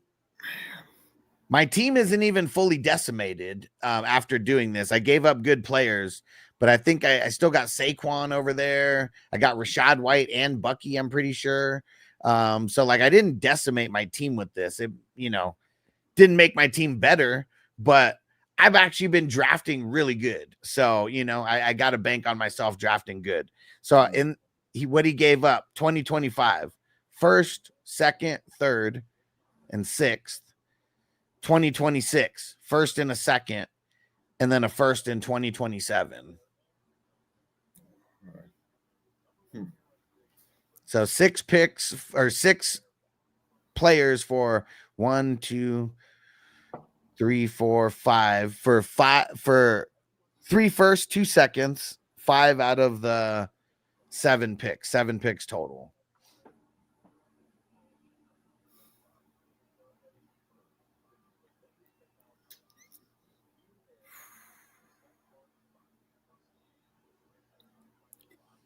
And on my team, here's the team that I put. I didn't set the roster or anything, but I got Patrick Mahomes and Aaron Rodgers are my QBs. Saquon, Rashad White, and Bucky. Those are my RBs, at least in my starting lineup. AJ Brown, Roma Dunze, Zay Flowers, Sam Laporta. Just having Laporta, you know, in a tight end premium. Dunze, and who was your other receiver you just said? AJ Brown. No, you said someone else too. AJ Brown. Zay Flowers. Zay Flowers. So you got AJ Brown, Zay Flowers, Odunze, Laporta. That right there is someone that's gonna take your team for the next 3 years. See, I was 6th in points for, and I was 1st in points against. So it was a year where I got fucked, and I could have kept the exact same team and not like sold any players. But I really think even selling these players that I did, that my team's good enough that I could use those picks to buy players next year or even draft, you know, with them. I don't know. I use picks to get better. I use picks to get better players just as much as I use them to draft, you know, like it's because the leverage. When you're on the clock, people have rookie fever. That's the time where you want to sell your picks for actual. Dude, 2 years ago, check this out. Or no, last year, pre-draft. 2023. I traded 2 first-round pick, 2 firsts and a second for CD Lamb and J-Mo. 2 firsts and a second for CD Lamb and J-Mo. I would have done that just for CD Lamb, honestly. Right, right? Because this is when J-Mo wasn't even good yet. Yeah. I mean, he was still like, injuries and a lot of shit like that. People were selling like CD for like 2 firsts plus. Yeah. And it's like when you get to the time, people want to get those rookies, man. They want to get those rookies. And that team is in the championship this week. And I hope CD's going to play. Dude, like I still have CD as a top 5 dynasty wide receiver. And look at this. Hess said looks like it made sense for both because he said without them, I wouldn't have made it to the chip. Yeah. And like, there's a bunch of trades that people will send me where it's like, people want to, maybe they want to give up a second, a third, and a fourth for like one player. And like, I just feel like if you're going to give up, like, why would you not want to make a championship trade if you're like trying to make a trade, And like, if you're rebuilding, why wouldn't you want to make a trade where you actually get a shitload of picks? Yeah.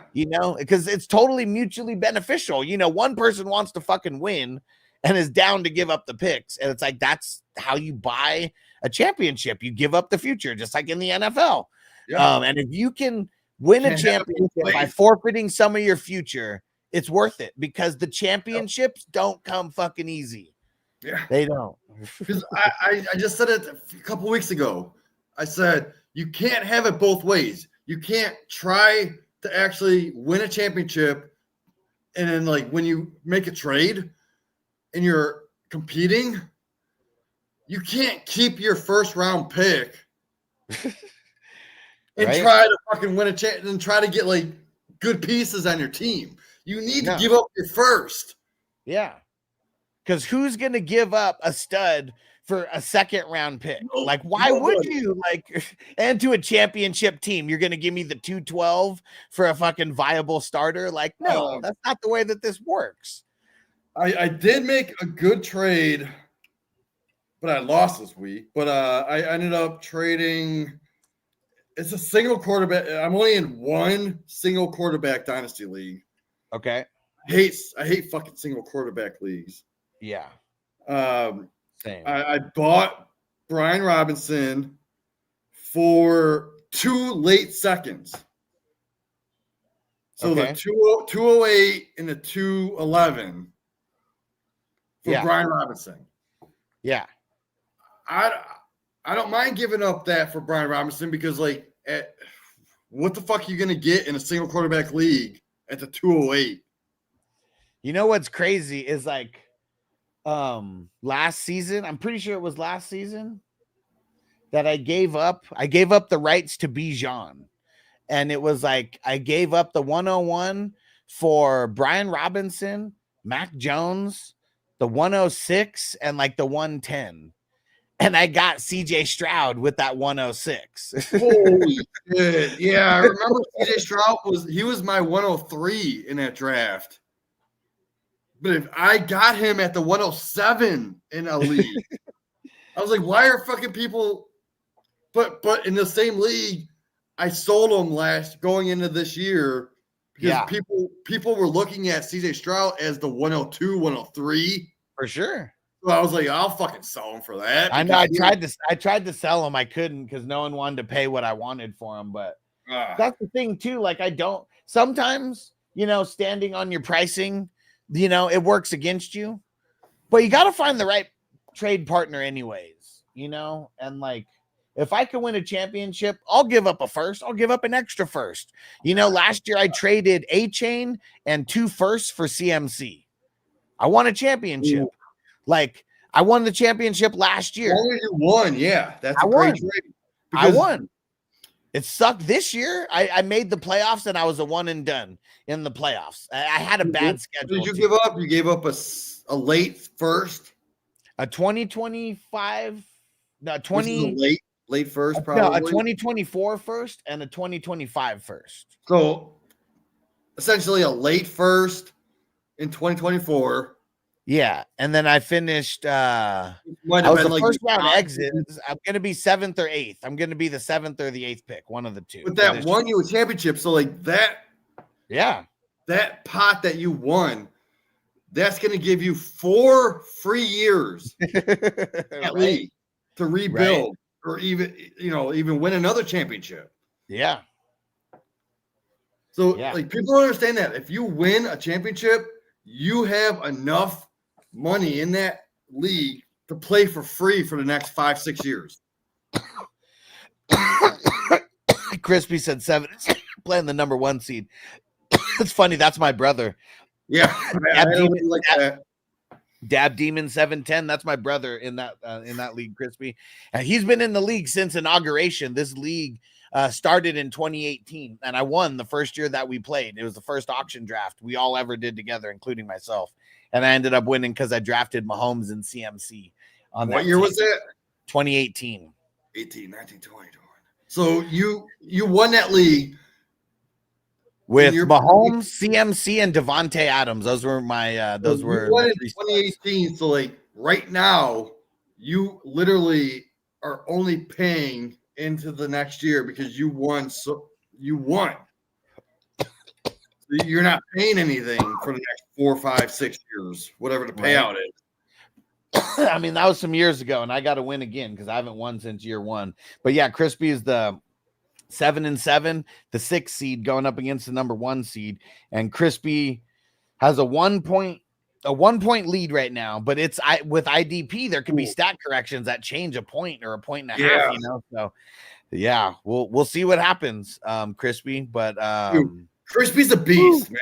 I can't get on your level, like the way you do so many leagues, and you're in like 28 freaking best ball championships out of whatever. I'm gonna beat you next year, Crispy. That's my goal. You do 100 leagues, I'm gonna do 200. Oh yeah. And what TJ? Oh, and Hess, what's CMC worth right now? Well, if you have CMC right now, now's not the time to sell him. You don't, because his value buy him either. Well, I mean, yeah, I wouldn't want to. Like, it's just a bad time. Like, I mean, if I'm a rebuilding team right now, like, I'm not buying players like CMC because I need my trades. I need my picks to get more value. And the way they get more value is by waiting until closer to the draft. Then they get more value. So now you do not sell CMC. Do not buy him right now. Yeah. The only way you should be making a trade right now is if it's like you're somehow trading with the team that you're going against in the championship. And I don't even know why anyone would make a trade, like that, unless you're overpaying to like the maximum for someone that they don't even need. But yeah, right now is the worst time to make a trade. I would just wait. I wouldn't want to buy CMC for a first. Hell no. Would I sell CMC for a first? If I don't think I would want to do that either. Right? See, it doesn't seem right. Because if he comes back and he's even 80% of his former CMC, that's still going to be better than so many running backs that are out there right now. Yep. And like, I don't know. You can't, like, there's a Bucky Irving every year, right? But we never know who that's going to fucking be. He was a 4th round fucking pick. Like, I mean, I drafted him in the 32 league. I drafted him in other leagues. So, I mean, I tell you guys who I like out of these guys, but it's like, we never know. I thought Roshan was going to be a Bucky Irvin last year. Didn't work out with the concussion and whatever. You just never know, man. And then look at someone like Dameon Pierce. 1 year wonder only. And like, I sold him multiple times that next year for a first and a third. No. And I felt so good about those fucking trades. Yeah. Dameon Pierce was my most drafted player with my late 2nd round picks that draft. But I don't own him because after his rookie year, I sold him. I sold him for anything. Like that was the move. What was that other guy? Pacheco. I got Pacheco in the early 4th round, sometime mid 4th round of every draft. TJ said so many guys never tear down in dynasties and just chill in fantasy purgatory. And seeing, I mean, that's also not fun. Like, because there was a couple, like I said, this one that I'm going in where I said I bought CD and JMO last year for 2 firsts and the second or whatever it was. I sold so many throughout the year because my team was already sucking and it was the second year of it, and I was getting all these injuries and shit. And like I remember at one point Mostert was doing good for the Dolphins, and and someone else that they had was doing good, and I sold them both for a second separately, like just at different times. And it was like I was trying to capitalize on whatever I could on any piece, and like getting all these seconds, all these thirds, all these fourths, and then eventually made bigger ones and got some firsts. And man, I'm feeling so good now 2 years later because the team, we dominated this year. I could have lost this week, but we're in the championship. You have to look at it like a stock market. So like if I got Tank Dell in the 3rd round of the rookie draft and he shoots up to a 1st round value, I am 100% selling Tank Dell for a 1st rounder. And now look at it. On the opposite end, like Khalil Shakur, I tried to buy him for a 2nd round pick this year as a contender. People weren't biting. I'm like, dude, he's worth a 2nd. Give him to me. But people weren't buying him. I don't know. But then you're getting like someone that's lower, like Xavier Worthy. Yeah. Who people were drafting in the mid 1st round. Yeah. But I have Shakur over him. I have a Tank Dell over him. Yeah. Yeah. And the one thing where people really make the mistake, I feel, is like trading up for running backs in the offseason early. Like you don't need to do that. Like if you're I don't even want to trade for a running back until like during the season. And then I'll give up a first or first in a September, October, late September, early October is when you need to trade for the running backs. Yeah. Because how many people traded the year that ETN got hurt? You trade for a fucking ETN in the offseason and then he fucking gets hurt, and like that's just the worst. I tell people that all the time. Like people are like, I'm gonna try to buy this running back. I'm like, where it's July. Why would you buy a running back in July? Makes no sense. Do not do that. You sell your running backs in July to the stupid ass freaking people. Dude, my best trade this year. You ready for this? There's going to be a lot of people who are mad at me because if I made this trade, if someone else made this trade on my watch, I'd be mad also. So in the league where I was already doing really good, I just threw this out there thinking that it was the start of a potential negotiation. But I know that the person was already in last place and they already started selling off a couple pieces trying to get 1st rounders for next year. So I said, you know what? Let me take a shot. Saquon for a 1st. It got accepted. Yes. Holy shit. It got accepted. And this was months ago at this point. It's not like it just happened like a couple weeks ago. Like that might have been like beginning of November, something like that. I'll even go check, but you just never know. Saquon's old, right? In Dynasty, like he's old in Dynasty. And like there's people who want to get those 1st rounders, and if you're a rebuild, you just never know how someone values getting more 1st rounders. Because there's people who are like, I got 5 1st rounders now because I added yours there. If I win, mine's the 112, so mine's the least valuable out of all of them. But them having 4 or 5 means a lot to them. Yeah. Because those could be traded for a lot of fucking pieces, like later, no matter how you slice it. Yeah, November 7th. That was the day. that was the day that my team just took a major uptick towards winning a championship. I remember seeing that, and man, I almost I can't even do a backflip. I almost tried to do a backflip. I was so happy. Right, Crispy Simmons is old. Where is it? Simmons is old. And what TJ say? CMC has to be close to 1,500 touches in 3 years. Number where guys tend to fall off. I mean, he's cursed being with the 49ers because the 49ers, like, ever since Frank Gore, is like they got so lucky with Frank Gore and kind of being an Iron Man that, like, look at how many running backs they've gone through over the Shanahan era. And like it's like a revolving door of running backs. And like CMC, you know, like, is he going to be part of that revolving door now? People who just keep getting hurt and can't stay healthy. It sucks. And TJ said, yeah, there's stat out there, 400 plus touches in 1 year, almost guaranteed next year they're injured. Yeah. Yeah, there's not too many LTs and Ricky Williams out there. There's one, me and Ricky talked about it on a pod one time where it was back-to-back seasons where he led the league in touches. And he was like, that first year was awesome. He was like, I remember I had a high like average that year. He's like, what was my average that year? And I was like 4.3 or 4.5, something like that. He's like, yeah, that was nice. He was like, but the next year wasn't so nice. He was like, go look at my average per carry that year. And it was like 3.2, but it was still the same amount of carries. So it was like, he was getting destroyed that year. But 3.2, I mean, that's what Kyron Williams is averaging. It's crazy, right? Because like he, you know, a lot of the fucking, you know, just catches and the way they scheme him. But yeah, he takes a lot of just right up the middle for like nothing. And it sucks.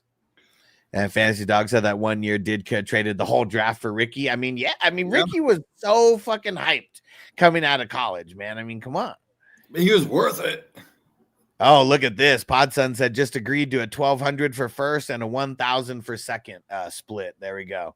Nice come up. Hell yeah, man. Because either way, you're gonna win. You're a winner either way, no matter what. Like, that's a good split right there, man. Fuck yeah, dude. Anytime you can come home with 1,000 from one league and guaranteed 1,000, you're not getting less than 1,000 because you got the split. Like, yeah. So what's the actual like first place and second place prize? Yeah, very curious. What would that be? Yeah, Willie, what would that be? And Fantasy Dog said you did a pod with Ricky Williams. Wow, yeah, bro. Yeah. He's been on the channel, dude, I don't know, maybe like 6-7 times. Yeah, I seen him live. Wasn't he hanging out with you guys in Vegas? Yeah. Years ago? Yeah, we were doing a watch party from a hotel. It was you invited me to that. I just didn't have the money to come, but like that would have been awesome to hang out with you guys. Hell yeah. Dude. Hanging out, smoking with Ricky Williams, fucking watching a football game. And the end of the fucking game, you ready for this? End of the game. It was an interception. And like he had already gone out onto the little balcony, or not balcony, but the little just porch area where you could smoke. He goes out there and starts smoking. He sees the interception. He opens the door and he's like, Alex, IDP life. And I was like, yeah. That's awesome, man. Yeah. And so that's super cool, man. Yeah. And it's crazy that like Ricky Williams, like he knows my name when he sees me. Like that's fucking, it's crazy. Ricky Williams has texted me stoned at like 12 a.m. in the middle of the night about ideas about like fucking what does he do? Astrology and fucking betting and shit. And it's like you know, it's surreal. Sometimes it's surreal. So you need to get him back on a podcast. We're gonna get it back soon. I already talked to I don't even know what he is with the company. He's pretty much like the main guy. You know, I don't know if he's the CEO, CFO, or whatever EO, you know, he is, but he pretty much runs Heisman. And yeah, we're working on it's the holidays. That's what sucks right now. So like everyone's busy and all that shit. But so in the off season. Before the Super Bowl for sure. Like sometime in like, you know, December is pretty much over. So if it doesn't happen in December, you know, we're shooting for January sometime. Even in February. Let's say, so you said you wanted to do more collaborations on other podcasts, right? Yeah. So what if we go on a podcast for the RPO one that I run?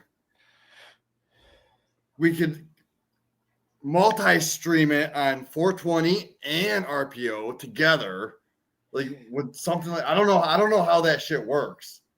We'll see. It all depends on how good we get it planned out for sure. Yeah, because like honestly, our like every view. I did a podcast with a guy named Steve Wright. He was a former Raiders player. He played for the Cowboys. He was the one that made the block for that Dallas Cowboys in like 83 or 84. Okay. For that 99.5-yard rush, which was who did that? Who made that 99.5-yard rush on the Cowboys in 1983? I have no idea. It was a record-breaking rush, but he made the block.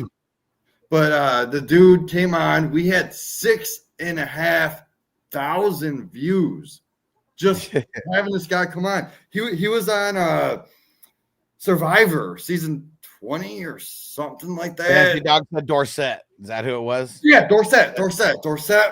If you watch, Steve Wright made the block in the end zone on fuck, I can't remember the guy. The defensive guy was a major dude. Steve Wright just tripped him up, and Dorsett just ran right past him.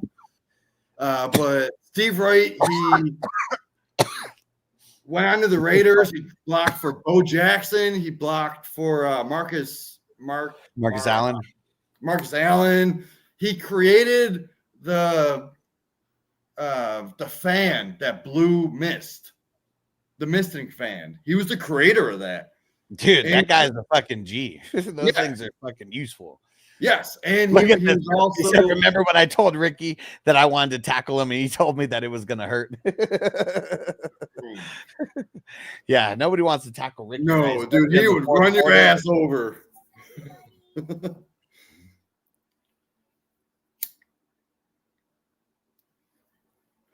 And yeah, Hess said Ricky's definitely coming back on. Yeah, we gotta get the dates worked out. That's all it is. And I know that Friday used to be a day that he wasn't doing anything the first half of the day. So we'll see. It could be that where he just comes on a Friday morning show, and the show's already going, and he just comes on when he's whenever he's ready.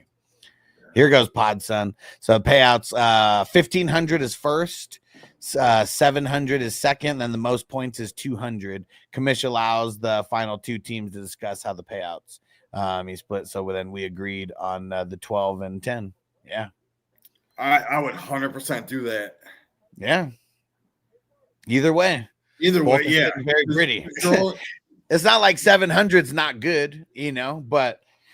If it's your friend or whatever, and it takes a little bit of the pressure off for sure. Cause that pays for so many other leagues, no matter what, even getting that extra 300, making it 1,000 instead of 700, that it's almost worth giving up that other 300 to guarantee that both of you guys get 1,000, super cool. Fancy Dogs. I got a friend who knows Arnold and another that knows Mayweather. Man, call in some favors, bro. Arnold Schwarzenegger.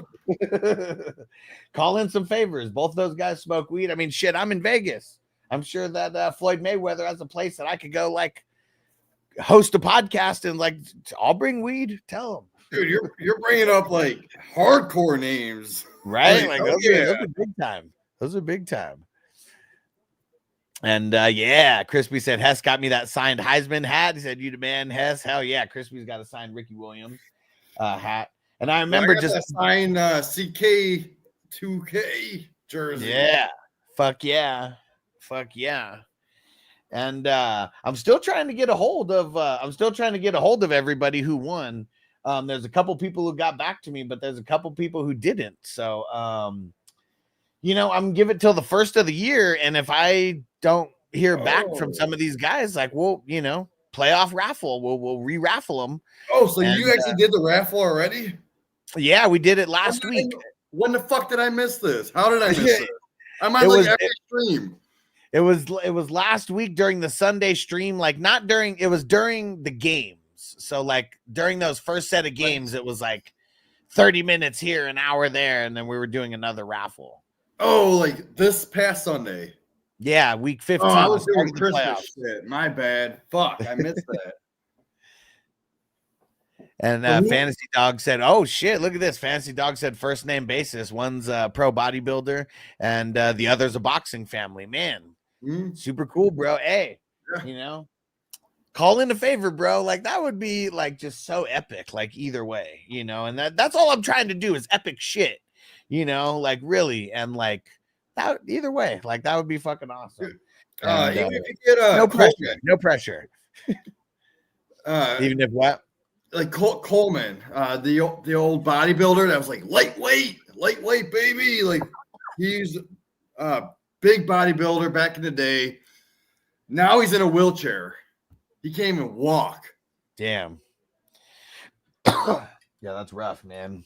But like, just getting these big names. Anybody you guys know, fucking hook them up. Get them on the 420.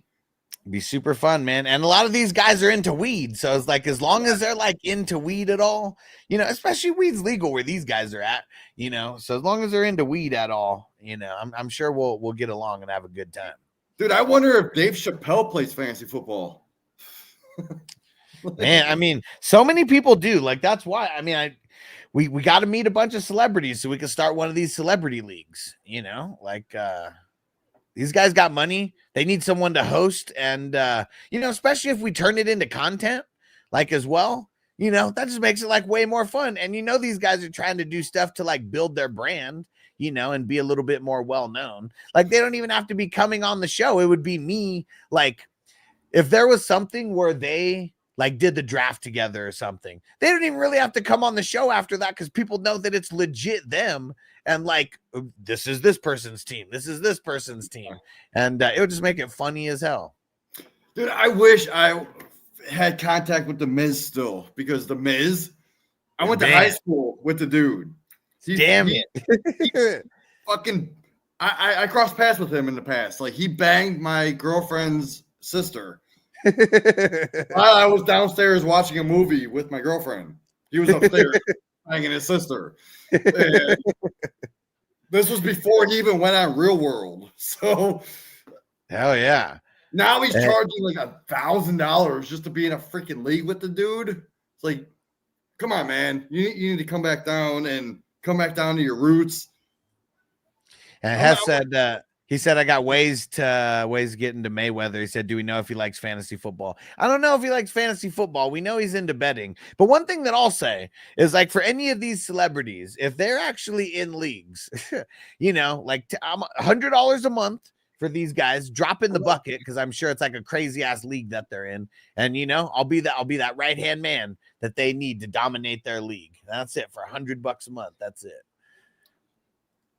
Yeah, Crispy's claim to fame right here. He said, I did cocaine with Michael Irvin in 1993 or 1994.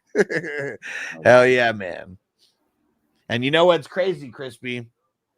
It's going to be an ode to you and an ode to Stu. So Stu's sister, I still haven't put it up on the wall because I feel like once I do it, it's like really official. But Stu's sister sent me a piece of memorabilia, and it's a Michael Irvin signed like magazine in a fucking in a whole frame and all of that. And it's like it's sitting right next to some things, just a little bit like right behind me, like right there. It's going to be up on the wall in 2025. I'm putting it up in 2025 for sure, in January sometime. But yeah, that's going to be cool. So it'll be like right on the wall, right behind me over here. And Michael Irvin signed magazine, and it's from our man Stu. And then it's funny that Crispy has his Michael Irvin story as well. So super fun. Nice. Fantasy Dog, I got a friend who sold coke to Big Ben when he was at Miami, just up the road. I believe it, man. I mean, see, like all these guys want to party, you know, like, I mean, it's crazy. Like back in the 80s, how like, I think it was like the Pittsburgh Pirates or whatever, they did a big 30 for 30 on them. How like they were all just on blow. They were all on blow, and like whatever. They took all the stimulants and shit. Like they would just do hella cocaine and hella stimulants. And they were just out there going crazy. They wanted to play triple headers like every game. They were down for it. So funny, man. Times have changed. All right. Time to get the fuck up out of here. Jamie, you got anything you want to shout out before we get the hell out of here? I mean, I'm always on in your chats. Just hit me up, Jimmy Pro, if you ever need anything. You know, check out my wide receiver first cornerback article at Fancy Six Pack. You know, I mean, I only got one more week of doing it, but still, next year we'll do some kind of collaboration because I'd rather come on your episode and talk about it rather than fucking sitting there writing a freaking robotic article about it. Yeah. Yeah. More digestible. And that's what people want. We just want to give the people what they want. That's it. Yeah. That's it. Then they'll know you got to be on this day, this time. It's always going to be this day of the week, this time or whatever. And, you know, that's it. Be ready for it. Imagine if Jim McMahon had fucking social media back in the day. How wild shit would happen. Like, we'd be blowing coke with the dude. Right? TJ said, best football game I ever attended was Miami, Ohio at Northern Illinois. He said Big Ben threw for 400 plus. Yeah. Crispy said, great show. He said, best fantasy football show on the planet. I appreciate you, bro. And yeah, Fantasy Ninjas. And Turner ran for 500 yards. Jesus. Fantasy Dog. Merry Christmas to all. Yes, sir. Merry Christmas to everybody. Well, I'll be on tomorrow morning. And then, probably, I mean, I don't know. Even Vanessa, she's like, you're going to do a Christmas stream. So I don't know. We'll see what happens. Maybe for like the second game or like something like that. We'll see what's up. Because, I mean, I hang out with everybody here, just like, you know, it's like so much, man. Yeah, I might get withdrawals being away. And Toyota One said, awesome stream. Let's fucking go. Till next time, crew. Hell yeah. Merry Christmas. Fantasy Dog used to be friends with the first black guy to win the PGA tourney, Pete Brown. Okay. Pete Brown. PGA. Yeah. That guy. I thought that was Tiger Woods. Right. And PJ, he said, yes, please, Jamie. Okay, hell yeah. He said, Merry Christmas all. Yeah, we're gonna get some things going. The content's gonna be always trying to evolve the content. And like one of the things I'm gonna be doing, we're gonna be getting certain people on the shows at different times throughout the week to talk about whatever their niche is, because we got a couple other people who are working on some niches that they want to cover. You know, I wish I could cover everything, but it's, you know, that's not the way that I operate, and I don't really want to operate like that. I want to get with people who are like really good at the things that they want to cover and try to get enough resources for us that just helps us dominate and win championship after championship. Hell yeah. All right, guys. We'll see you tomorrow morning. 420crew.com. Go get signed up if you're not signed up there. Don't forget, get some karma in advance. And then 420crewmerch.com. Go pick you up some merch. And we'll see you tomorrow. Peace out. Defense on me. I don't want them to gain another yard. You blitz all night. If they cross the line of scrimmage, I'm going to take every last one of you out. You make sure they remember forever the night they played the Titans.